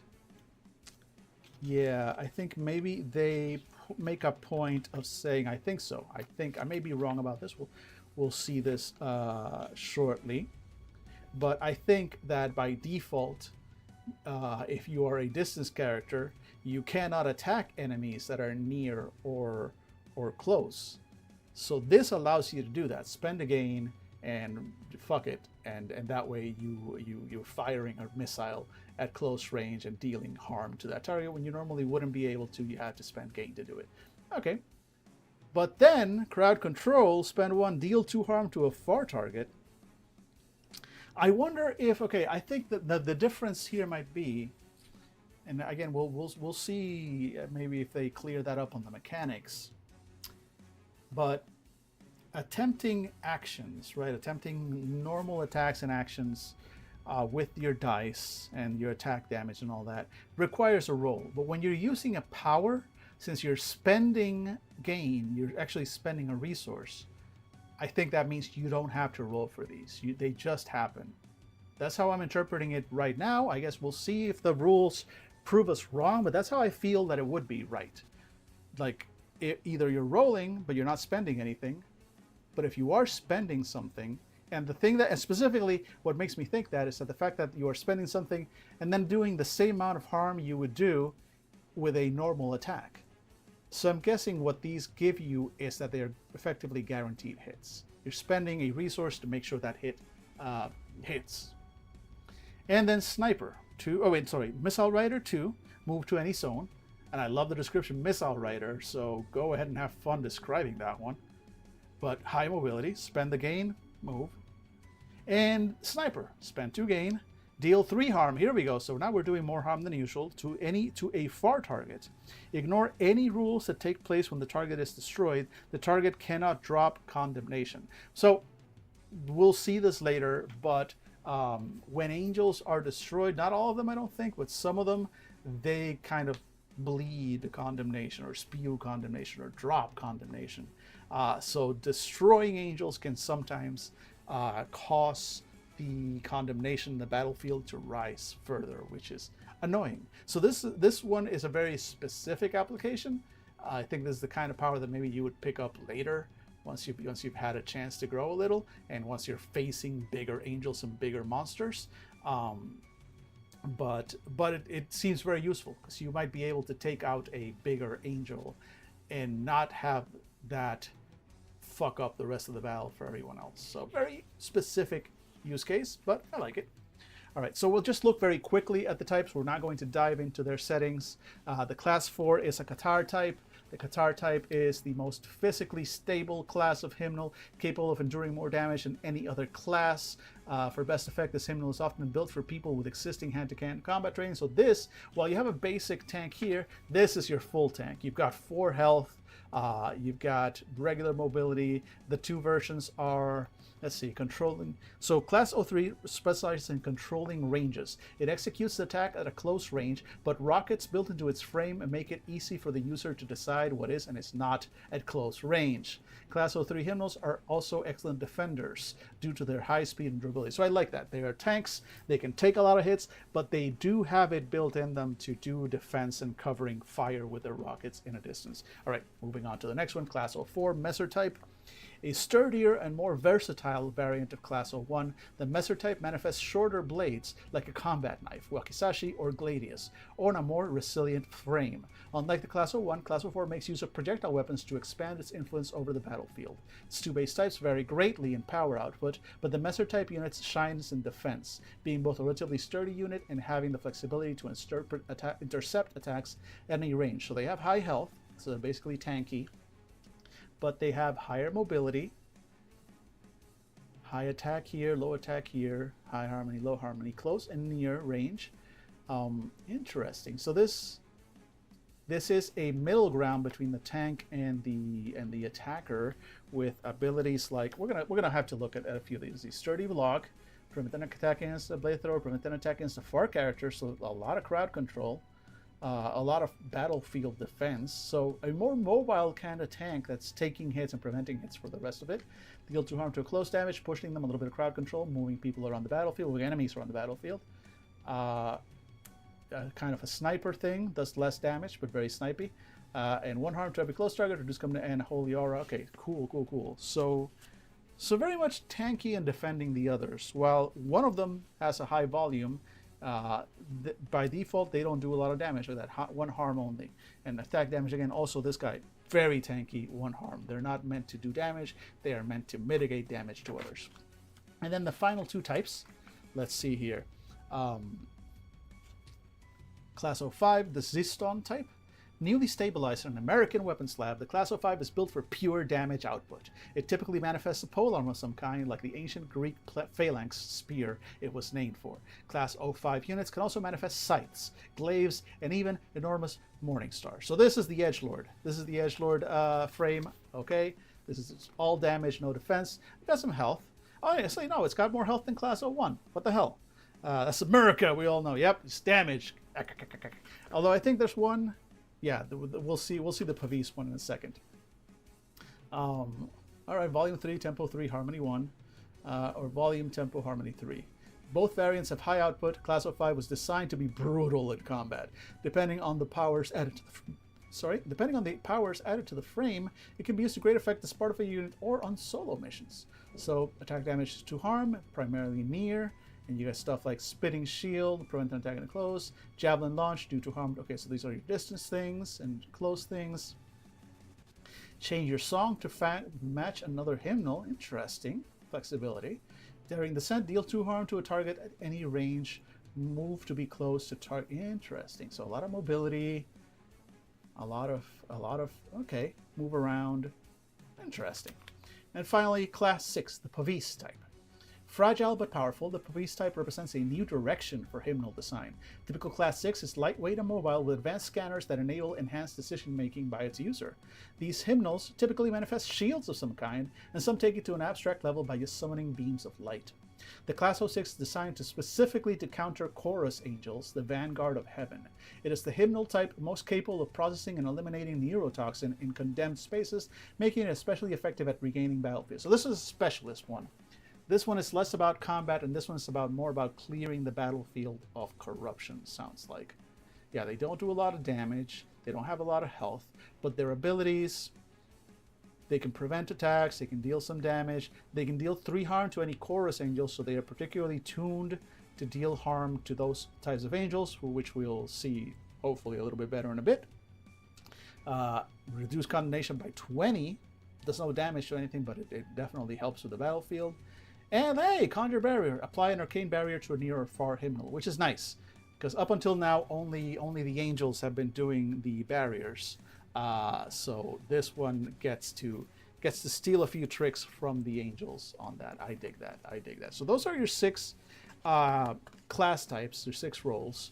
So you choose in combat what you primarily want to be doing, up close and personal, remote, running all over the battlefield, jumping around, or trying, or this feels like the character that in an anime gets introduced like halfway or 2/3 throughout the season, and it's very powerful at the one specific thing that the hero has been lacking, and then they just join and they're considered part of the team, even though they were only on like 2 episodes of the entire season. That's the vibe I'm getting from the Class 6. All right, so now we're going to look at the songs. This I'm excited about. So they say specifically that you pick, I think you can pick 3 songs that you know of, and then when you go into battle, you pick which song you're singing, and the song that you sing affects what you can do, affects what you do during the fight, how much gain you get, and stuff. And if more than one of you is doing a duet, if more than one of you picks the same kind of song, they have additional benefits and abilities. But also there may be, since each song has a different effect, there may be reasons and times when it is better for you to have different songs. See, this just screams pick your favorite AMV for NG. The more thing, yeah, it is. That's exactly it. Like if you play this game and your players are coming to you on session 1 after session 0, they picked out their class or whatever, and they're coming to you with an AMV of what they think their character looks like and the songs they're going to sing, you have chosen the correct players. That's what this game is for. That is what this game is for. So your choices, your song choices, are a regretful song. I think the number is the amount of gain you get per round when you're singing that song, 400%. So a regretful song. The questions that you ask yourself with that song is, what have you done Why did you feel like you had no other choice? So, Song of Regret. Whenever you use your action to protect someone, this doesn't include powers, just an actual action, increase your gain by 2. So, a regretful song, when you sing it, will give you benefits and encourage you to protect others. When you hit with an attack, you can spend 1 gain to deal 1 additional harm, and it gives you an ability to channel that regret and that rage into more damage as you scream out your regret into the song. If in a duet, if more than one of you is singing this, I'm going to read this because I love this. I love this mechanic. It's basically just approaches, but it's I love the taste of it. I love the feel of it. Duet power cost 6 gain from each participating hymnal. So stuff like duets, you are building up gain. You're not meant necessarily. I mean, you can spend, or you might be able to spend all the gain that you get every round, but part of the game. And part of how, like that anime thing of like, why didn't you pull out your ultimate weapon from the start? Well, you got to build up to it. You got to build up your gain. And if you're going all out from the beginning, you're not going to be able to store up enough gain to actually pull off the more advanced stuff. So once both you and the other person have enough gain, then you can go into a duet. And then for regretful song, that is 6 gain from each participant hymnal. Then you deal 1 harm to each opponent for every 10% condemnation applied to the battlefield. This is a good one to pull off near the end of the fight. There's a lot of condemnation happening. The battlefield has gotten worse. And in a duet of regret over the damage that has been done to the world in this fight because you have not been able to defeat the angels quickly enough, you let out this duetted scream of musical rage, and every single angel on the battlefield takes damage. That's dope. That's dope. I like that. And exactly, sadly, Struggle Bus, you don't start with your final form. So, going from the regretful song to the hopeful song. So perhaps you have chosen to enter combat with a hopeful song. What gets you through the day? Do you genuinely, really believe in hope? So you can spend, when in a hopeful song, you can spend 2 gain to increase another character's HP by 1. This is a healing song. You automatically succeed on evacuate rolls. Evacuate rolls are defined later in the combat. That basically, this is if you're going to be a defender, if you're going to try and rescue the people, this is a great one to enter combat in. Or maybe in the middle of a fight when things are getting a little bit harried and you need to rescue the civilians and people in your group are hurt, maybe switching to a hopeful song to raise their spirits and give you an edge could work. And a hopeful duet costs 6 gain from each participating hymnal. Remove 50% condemnation from the battlefield. Nice, big battlefield clearing. And apply an arcane barrier to every hymnal and civilian in the scene. I like that. A full Aegis of protection while clearing out the bulk of the corruption and the condemnation. The battlefield, that is wild. I like that very much. Let's go for a violence song, which is the one that I suspect most people will pick when going into a fight because violence. So a violence song, which gives you 2 gain every round. Who or what are you really out to destroy? Will you ever get the chance? Whenever you would deal harm, deal 2 extra harm. No wonder you would choose that. Holy shit, yeah, you go into battle with a violence song because all of a sudden you are doubling the amount of damage you're just doing every round with nothing else. You are angry, you are violent, and you are hacking these angels to pieces. When you attack on a roll of 2 to 5, your action is a success with consequences. So normally interesting. Okay, I like that. So normally 1 or 2 would be a failure with consequences, and 4 and 5 and 6 would be success with no consequences. This increases your range of success. So the only thing that misses is a 1 and with consequences. But it lowers the range of success without consequences to just 6.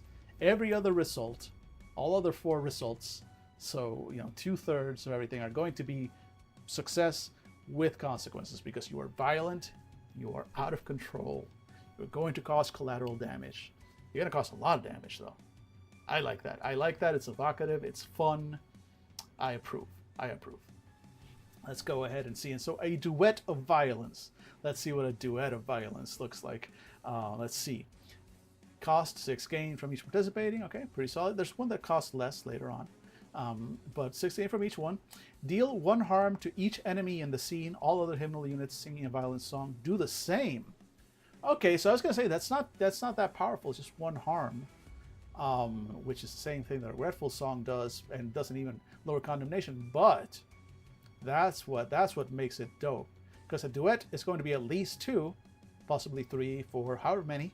If you all do it, every single one that does it does another harm. So you start at 2. If 3 of you, 3 harm. 4 of you, 4 harm. 5 of you, 5 harm.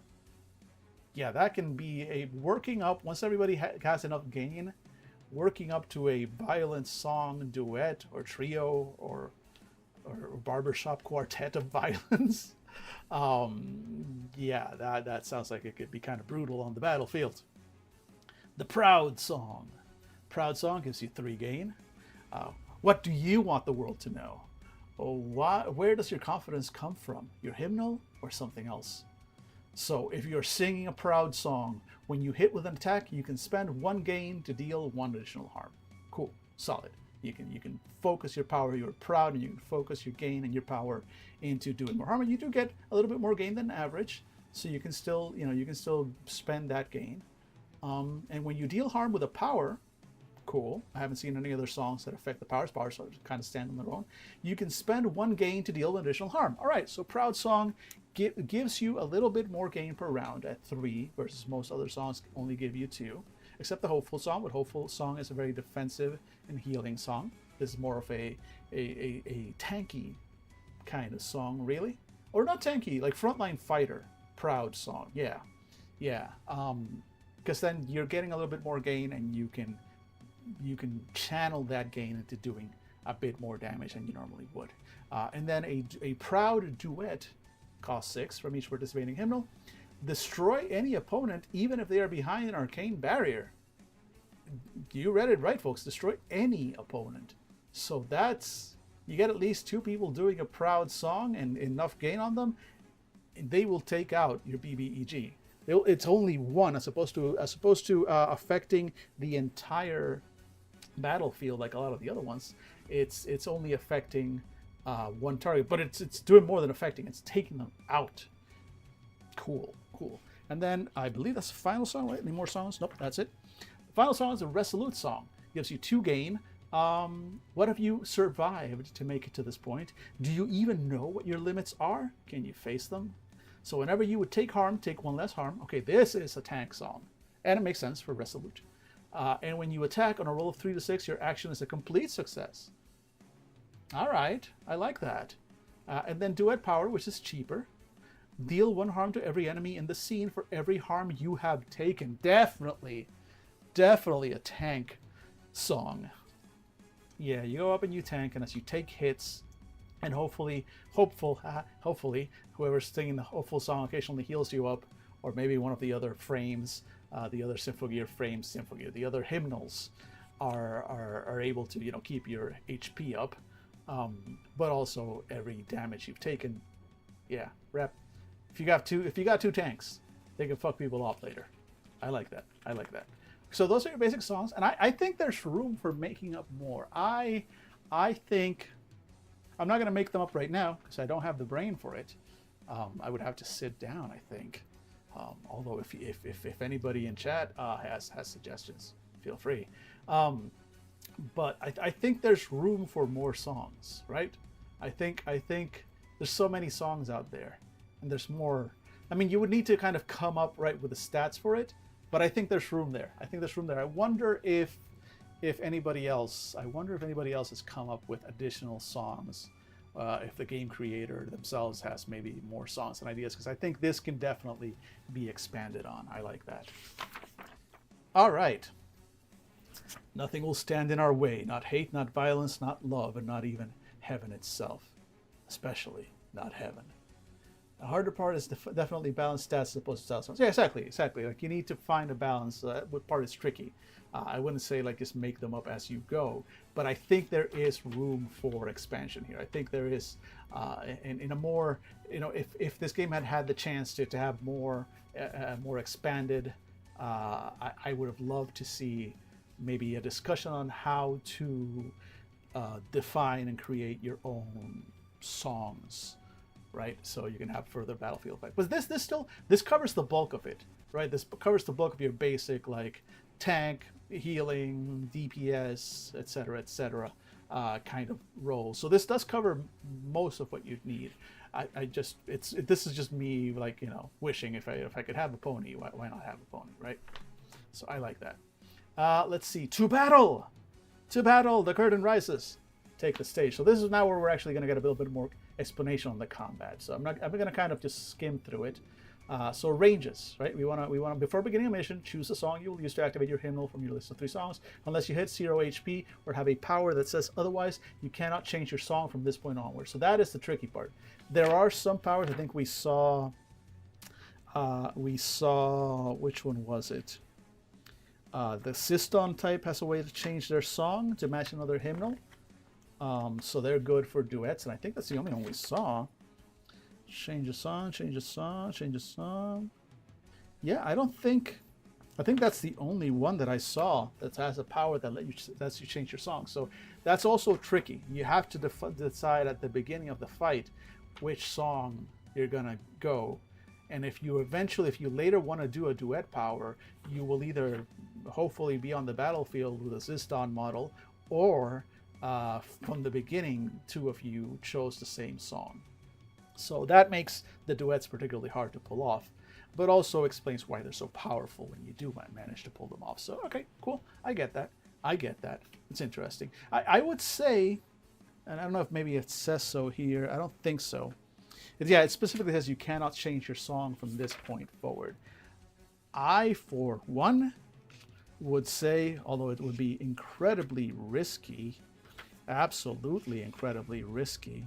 I do not see. I'm just kind of skimming a roll through. I don't see.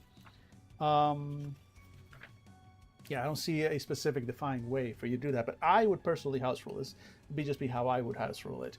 I'll let you change your song, but you have to stop singing.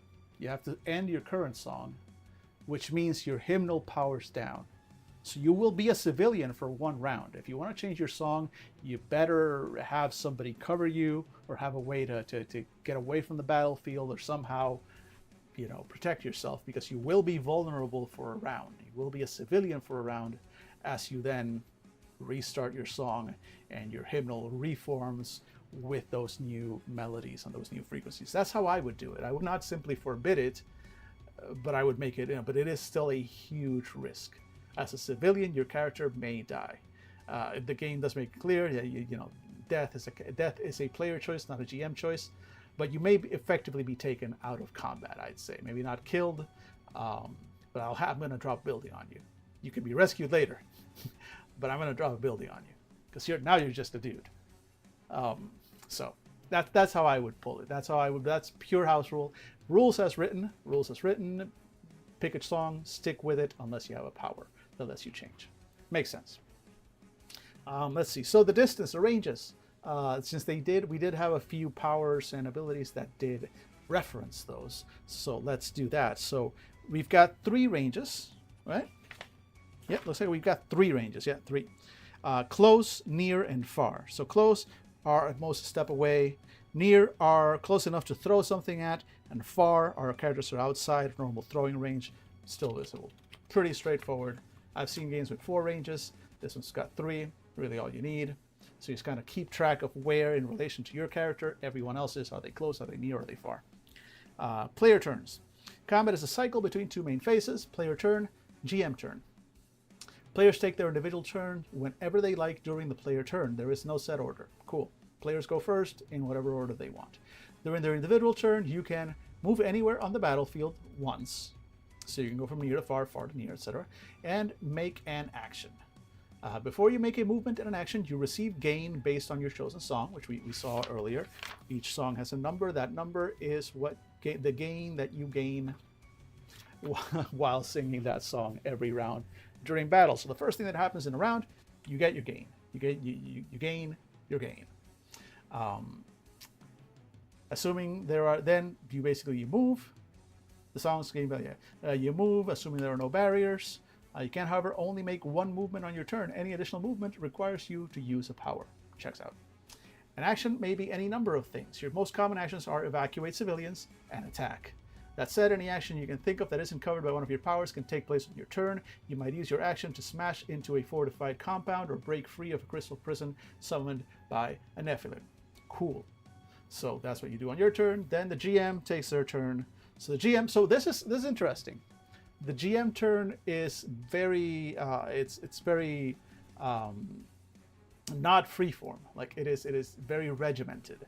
There is a specific set of steps that you as the GM are taking every turn.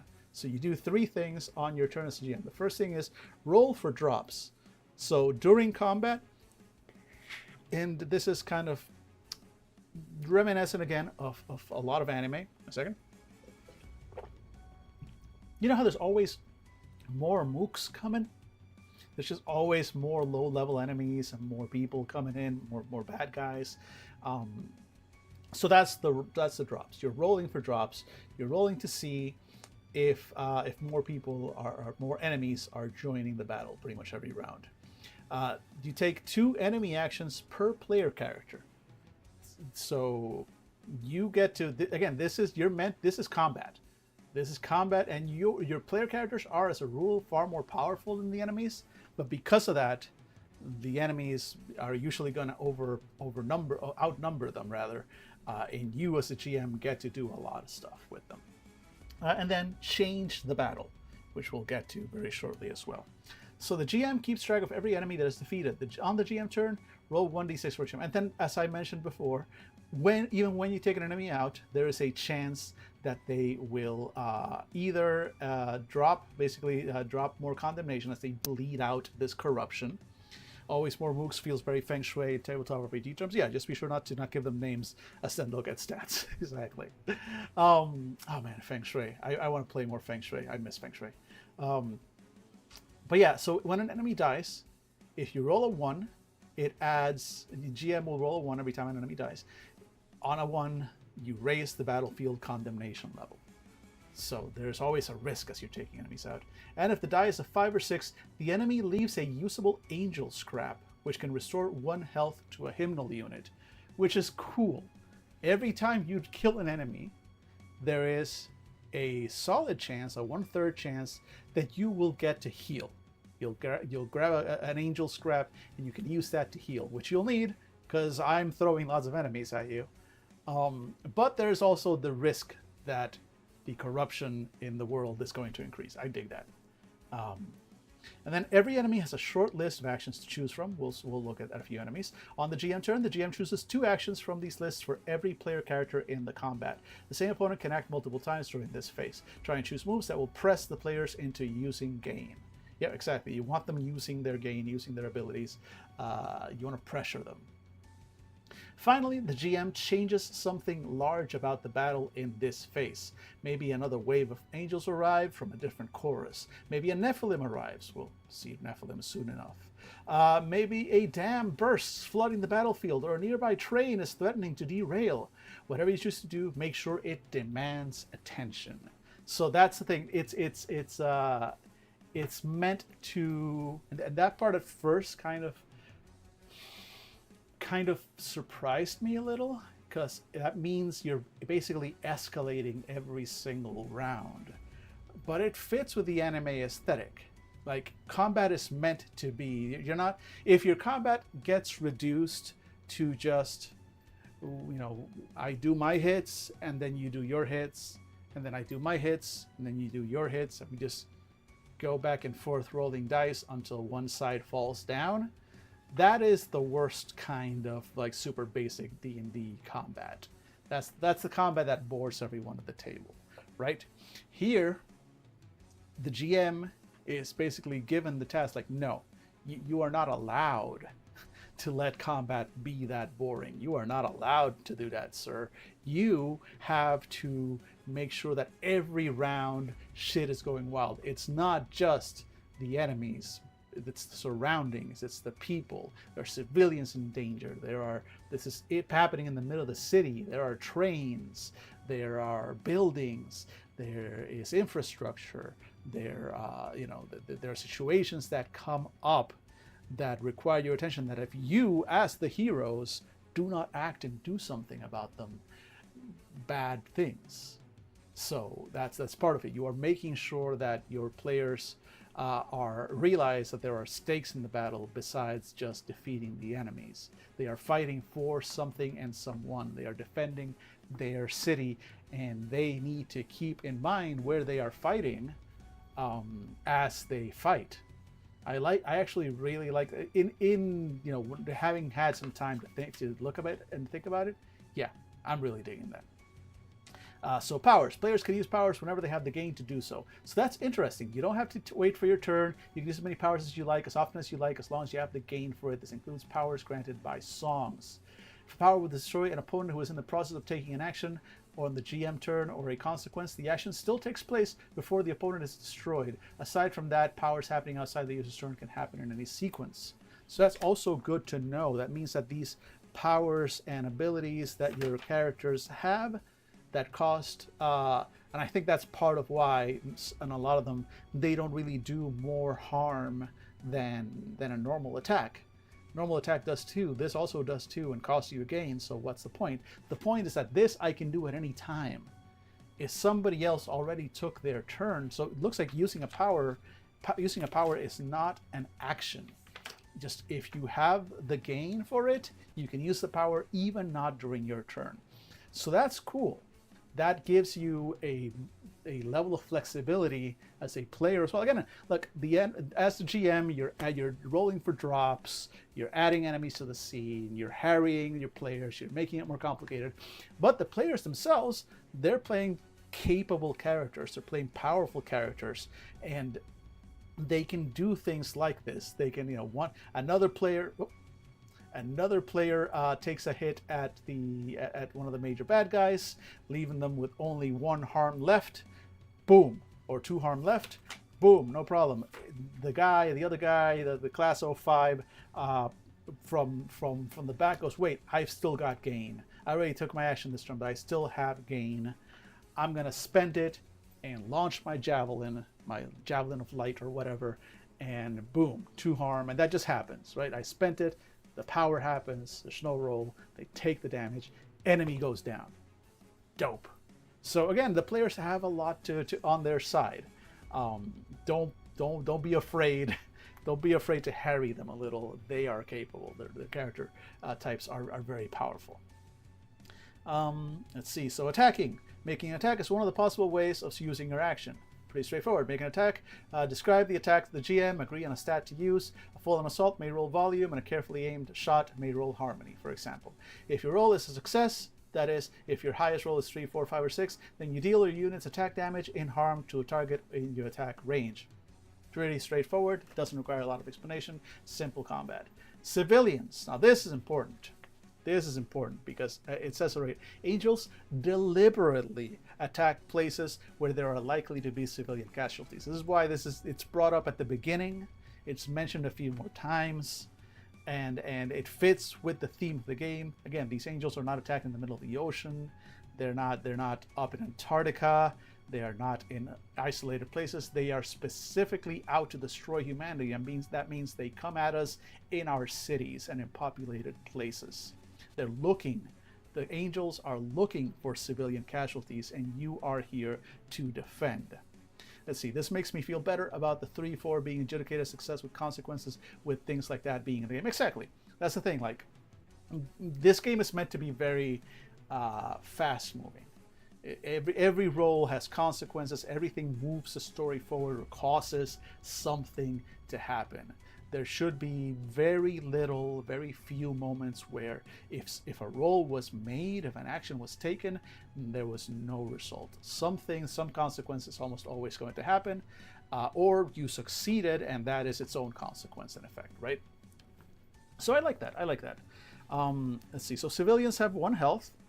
This means in your missions there are likely to be civilians present on the battlefield. Civilians have 1 health. They will die if an angel attacks them or if condemnation is too high. Your mission includes preventing as many civilian casualties as possible. To that end, as an action, you can work to safely evacuate civilians from the area. Dashing to civilians to offer them cover as they run could be a tempo roll, while smashing through a wall to get them an escape route could be a volume roll. Describe your plan. So if you're not attacking or using a power, you're hopefully evacuating civilians. So you succeed on your roll, and if you succeed on your roll, up to 5 civilians can escape the scene. When we look at some of the scenes, they'll give us a number of civilians. And consequences. So let's see what they mean by consequences. You say, like, yeah, right, success with consequences and fail with consequences. What they mean by consequences. Good that they're defining that. Now, I've seen games that don't. So whenever your highest roll is a 4 or lower, you face consequences. In combat, this usually means that a nearby enemy gets to make a move. When there are no enemies nearby, or where there is another pressing concern on the battlefield, the GM may decide to make the situation worse in any number of ways. For example, a nearby civilian may be injured, requiring an evacuation roll just to get one person away from the scene. Perhaps the opponent conjures traps, making it impossible for characters to take their movement without facing some sort of danger. These changes shouldn't be as big as the ones imposed on the GM turn. Right, so you're not crashing trains through walls for a consequence generally, but they should be something worth paying attention to. They're still a consequence. That's a hard balance to make. As a GM, that's a hard balance to make. All right, so what happens when you die? You reach 0 health, 0 gain. They've established that you can trade health and gain back and forth, so it is hard for you to go to 0, but if it happens, you take a heavy hit, and you have the wind knocked out of them, stopping them from singing. If they have any gain, they can funnel that gain into health, stand back up, and pick a new song to sing. Cool. But if they have 0 gain and 0 health, and their hymnal unit is deactivated, leaving them as vulnerable as any civilian would be, they can still move, but not particularly quickly, and although they can still take actions, they don't have the augmented capacity of their hymnal unit provides. At this point, the GM should ask, is death on the table? If the players, especially the person playing the vulnerable character, agree that death should be possible in the scene, then, like any other civilian, the character can be killed by angels or condemnation. If the players do not agree to character death, then the support staff evacuate the character back to their base to seek medical attention. So, as it said at the beginning of the book, death is always a player option, not a GM option, which is good to know. Okay, condemnation. Now we're getting a better explanation of what that condemned condemnation is. It's, again, that poison. Angels do more than kill. They also spread condemnation, a potent neurotoxin that corrupts an entire area, making it completely uninhabitable. A condemned area is thick with dull rainbow colors like an oil slick, full of heavy fog that obscures vision and poisons everything. All right, so what are the effects? So hymnal units and some things are capable of processing limited amounts of condemnation, yada yada yada. So what happens? When the battlefield reaches 50% condemned, that's the first milestone, every character and civilian in the scene takes 1 harm at the start of the GM turn. Now, do you remember how civilians only have 1 hit point? So if the battlefield is 50% or higher condemned, you had best gotten those civilians out, and you best not be in civilian form yourself, because you're dead. Straight up, that's it. Any human stepping into a 50% or higher condemned battlefield without the protection of a hymnal, done. If the battlefield is 100% condemned, which sucks for you, every character and civilian in the scene takes 1 harm whenever a roll calls for consequences and at the start of the GM turn. So you definitely do not want that. It's going to start wearing you down hard. 2 out of 3 rolls will cause you harm. Yeah, very spicy, but also it means that you let condemnation get to 100%. On average, it only goes up 10% on a roll of 1 on a d6 when an enemy is destroyed, although there are enemies that actively spread condemnation, and we'll see them shortly. But again, that's 100% condemnation. Like, if you let things get that bad, yeah, things are spicy for other reasons too at that point. And then the arcane barrier, which has been mentioned a few times. See, again, a lot of less bitching on my part would have happened with just a link to see page 3031 for these terms. Arcane barrier. Until recently, only angels could erect the mysterious shields called arcane barriers. Recently produced hymnal units may also have the ability to project arcane barriers as well, thanks to advances in heretical technology. When a target or character is behind an arcane barrier, the next source of harm to them is negated. which is why that's why arcane barriers are cool. They just take they will absorb one hit, but it doesn't matter how big the hit is. They will absorb that source of damage, which makes them very useful in specific situations. Oh, hey cat. My cat is down there. She says hello.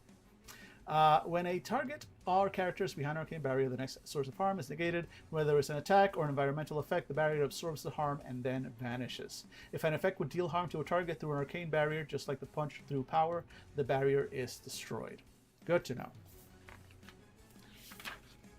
And then a duet, which we spoke about before. When two or more hymnal units sing the same song, they gain an additional power called a duet power. All units singing the song pay the gain cost of the duet power in order to use it. Duet powers represent the secret strength of the hymnal unit, the ability to channel passion into power. When two people sing the same song, believe in the same future, and put their lives on the line, the hymnal units are capable of even more power output than ordinarily possible. Which is cool, because again, the songs have different effects. You may have reasons to be singing different songs, but if two of you come together, if you are in sync, if you both go in with the same song, with the same purpose, and sing it together, the game reflects that. The game reflects the power and passion that comes with it. Fuck yeah, I love that. I love that mechanic. I think it's real good. I think it's very atmospheric. It fits the feel of the game. If our voices carry up to heaven, I want them to hear that we will die fighting. I fucking love that. These quotes are amazing. So your missions. Okay, so these are your missions. So we're not going to get this part is going to go very quickly, and then we'll probably wrap up the stream because we're at 2.5 hours. So hopefully we'll wrap up at 3 hours. That's my goal. But these are the missions. And a description of what happens, with them, what happens between missions, the scenes that you do. You got a little bit of slice of life, stuff like that. How to upgrade. So there is some level of character advancement in between missions. Upgrades are responsibility of Chief Arcanist. Between missions, to take breaks, so you can do stuff like increasing your health by 2 points. Increasing your damage output by 1, learning a new power, learning a power from another class, or even learning a 4th song.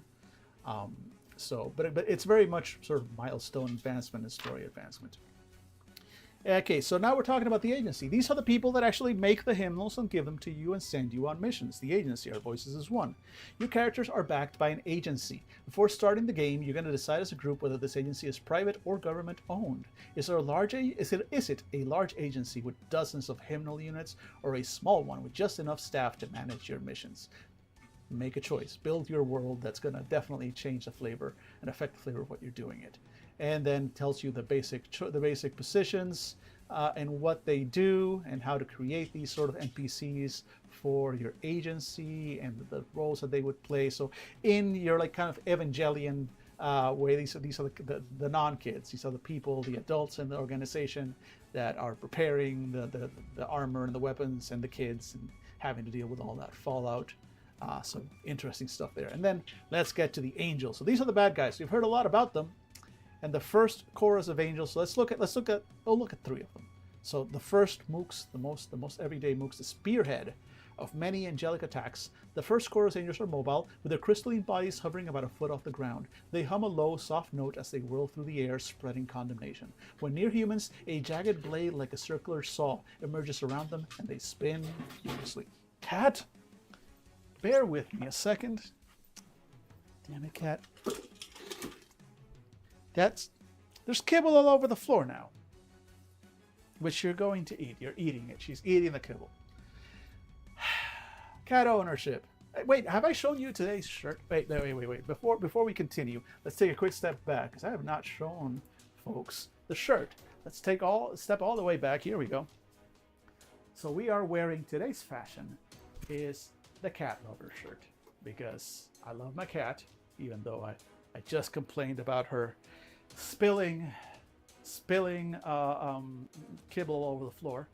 But also, speaking of heretical, today I am wearing my cat lover shirt because just because you're a demon from the pits of hell doesn't mean you don't love your cat.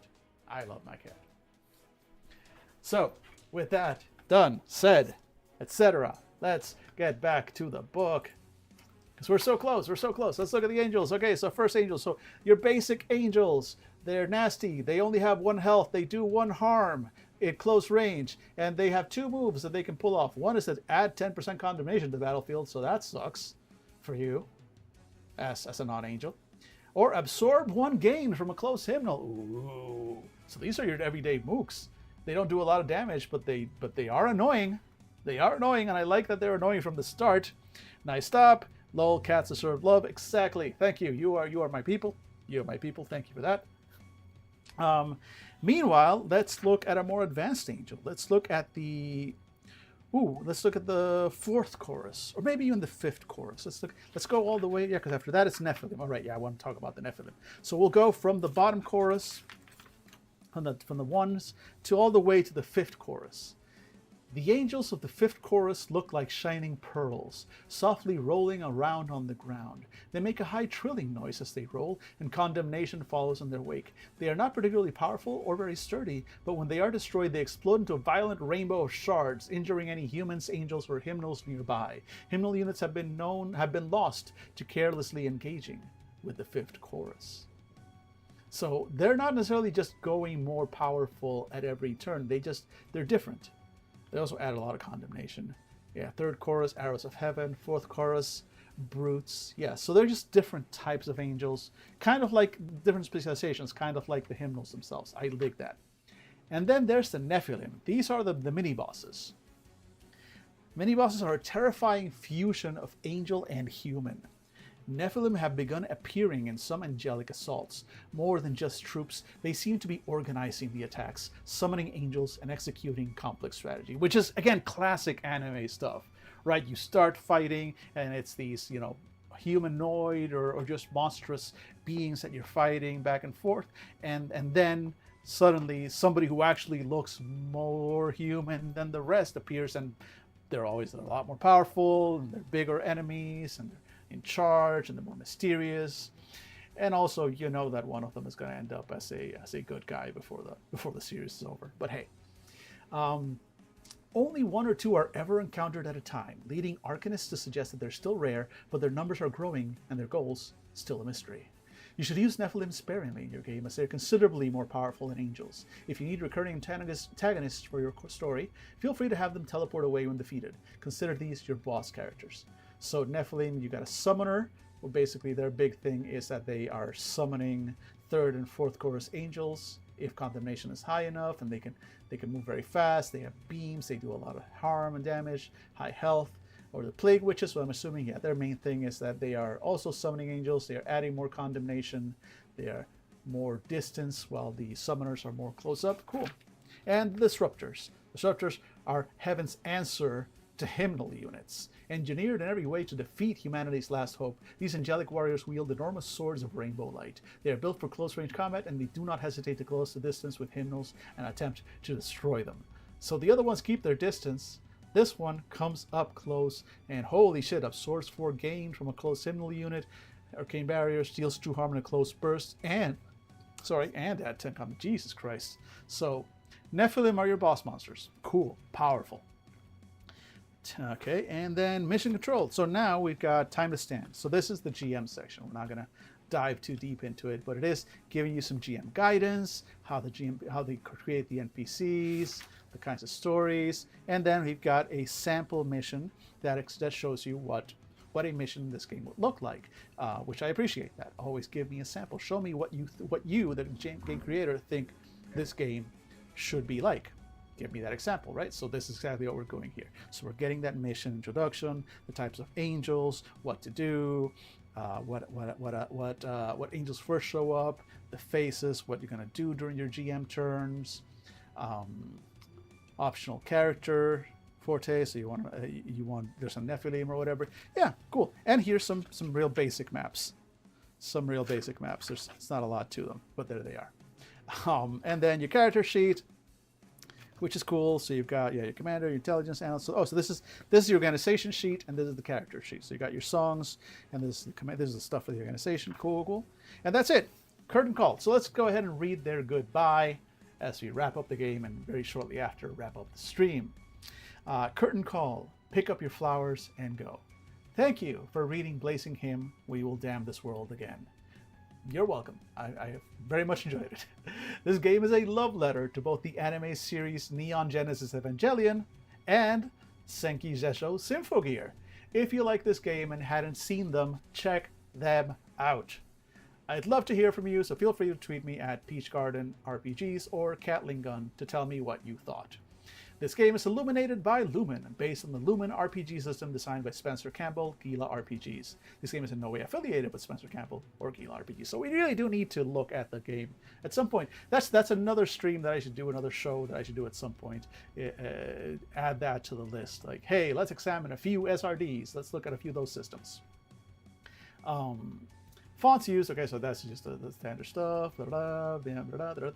Thanks and happy birthdays and everything, and land acknowledgements. Great, and that's Blazing Hymn. We made it. We finished one game. We made it through the second one. It took the better part of 3 hours, but we did it, boys. We did it. We got them. And honestly, let's see. So what do we think of Blazing Hymn? I like it. I mean, I came into the what's going on here? Suggestion, the stream. What happened here? Did the stream stop? Sorry, I'm getting a weird message.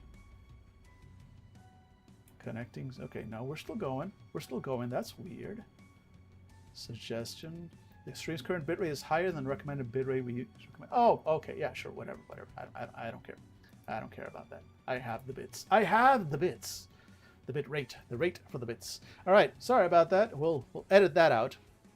But yes, very productive day, and I recorded those little videos before, and I did some writing. I'm going to do more stuff tonight. Tonight I've got some video editing to do, and I really do need to finish writing the script for the Penumbra City proper review.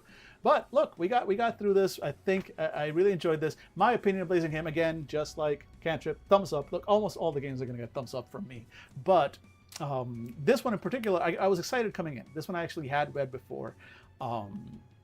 It's very simple, very compact. Again, it's very focused, right? I mean, it's just a zine. There's not that many pages there. It does a lot with what it has. It definitely has some really flavorful, really evocative phrasings that I really dig. I like the concept. The combat seems simple, straightforward, but still complex enough, still enough variety in it that I think it's probably going to be a lot of fun to play. The combat, again, is very like this mix of theater of the mind, but also with ranges, which it's totally doable. See, it gives you enough to play off of, and the people who are familiar with the source materials can run with the rest. Exactly. It is. I mean, we're going to see that with a lot of indie games. Indie games tend to be very focused, right? They usually tend to pick a specific concept and just go with it because they don't have the page count and don't have the budget and everything to just go in and go like, I'm going to create an expansive world and I'm going to create a system that's meant to handle everything that could happen in this world. Now, we have a setting, we have a specific thing we want to do. We want to play magical singing girls with magical musical power armor that sing badass songs and fight angelic beings that are harming the world, and we take the fight back to heaven. That's what this game, if you want to do that, this game is here for you. That is exactly what it aims to provide, and I think it does a really good job of providing that in a very compact package. So highly recommend Blazing Hymn. We will damn this world together. If you have a few people who are fans of the genre, fans, and especially if they have seen, anybody who has seen Symphogear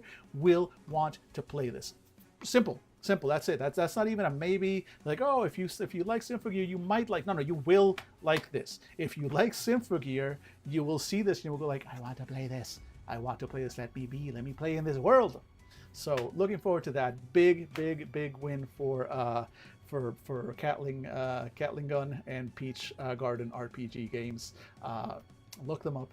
check them out. And with that, we're going to call it a day. I'm going to go ahead and switch out to the camera that is just my giant face. Here we go. Giant face cam, fully on. And for tomorrow's Friday, I will be back. We'll be doing another probably at least 3-hour stream. What game are we seeing? Well, tomorrow we are going back. We're doing another game that I have seen before. In fact, this one I have run. You can listen to me running it. We are going to dive a little into Gun and Slinger, created by Nevin Holmes. I'm a big fan of Gun and Slinger. I'm a big fan of the vibes of the book. It's a beautiful book. It's a really interesting game world and a fascinating system that doesn't really use dice. It's based on cards, and it's based on a version of a version of Go Fish and Blackjack, which I really enjoy. Really like the approach that this game takes to the mechanics. And just again, speaking of a focused thing, this game is meant for 3 players and 3 players only, or even just 2 players. There is a way to make this GM-less and just have 2 players, the gun and the slinger, because that is the secret of this game. One of you plays a gun. Fun. And looking forward to that tomorrow. We'll see if we are able to get through it in just one day. I doubt it. I suspect I have a lot to say on that one. So looking forward to that. But on that note, I'm going to wrap things up, get some rest, let my voice rest a little, and then just go back to when you are doing this freelance thing, there is no such thing as time off. You're constantly on the grind. I am on that grind set. I am getting that cheese for you, grinding away. So with that note, thanks so much for hanging out. I hope you enjoyed, and I will be back tomorrow again around probably 2 p.m. Eastern, as I am most days. Have a good one. Goodbye.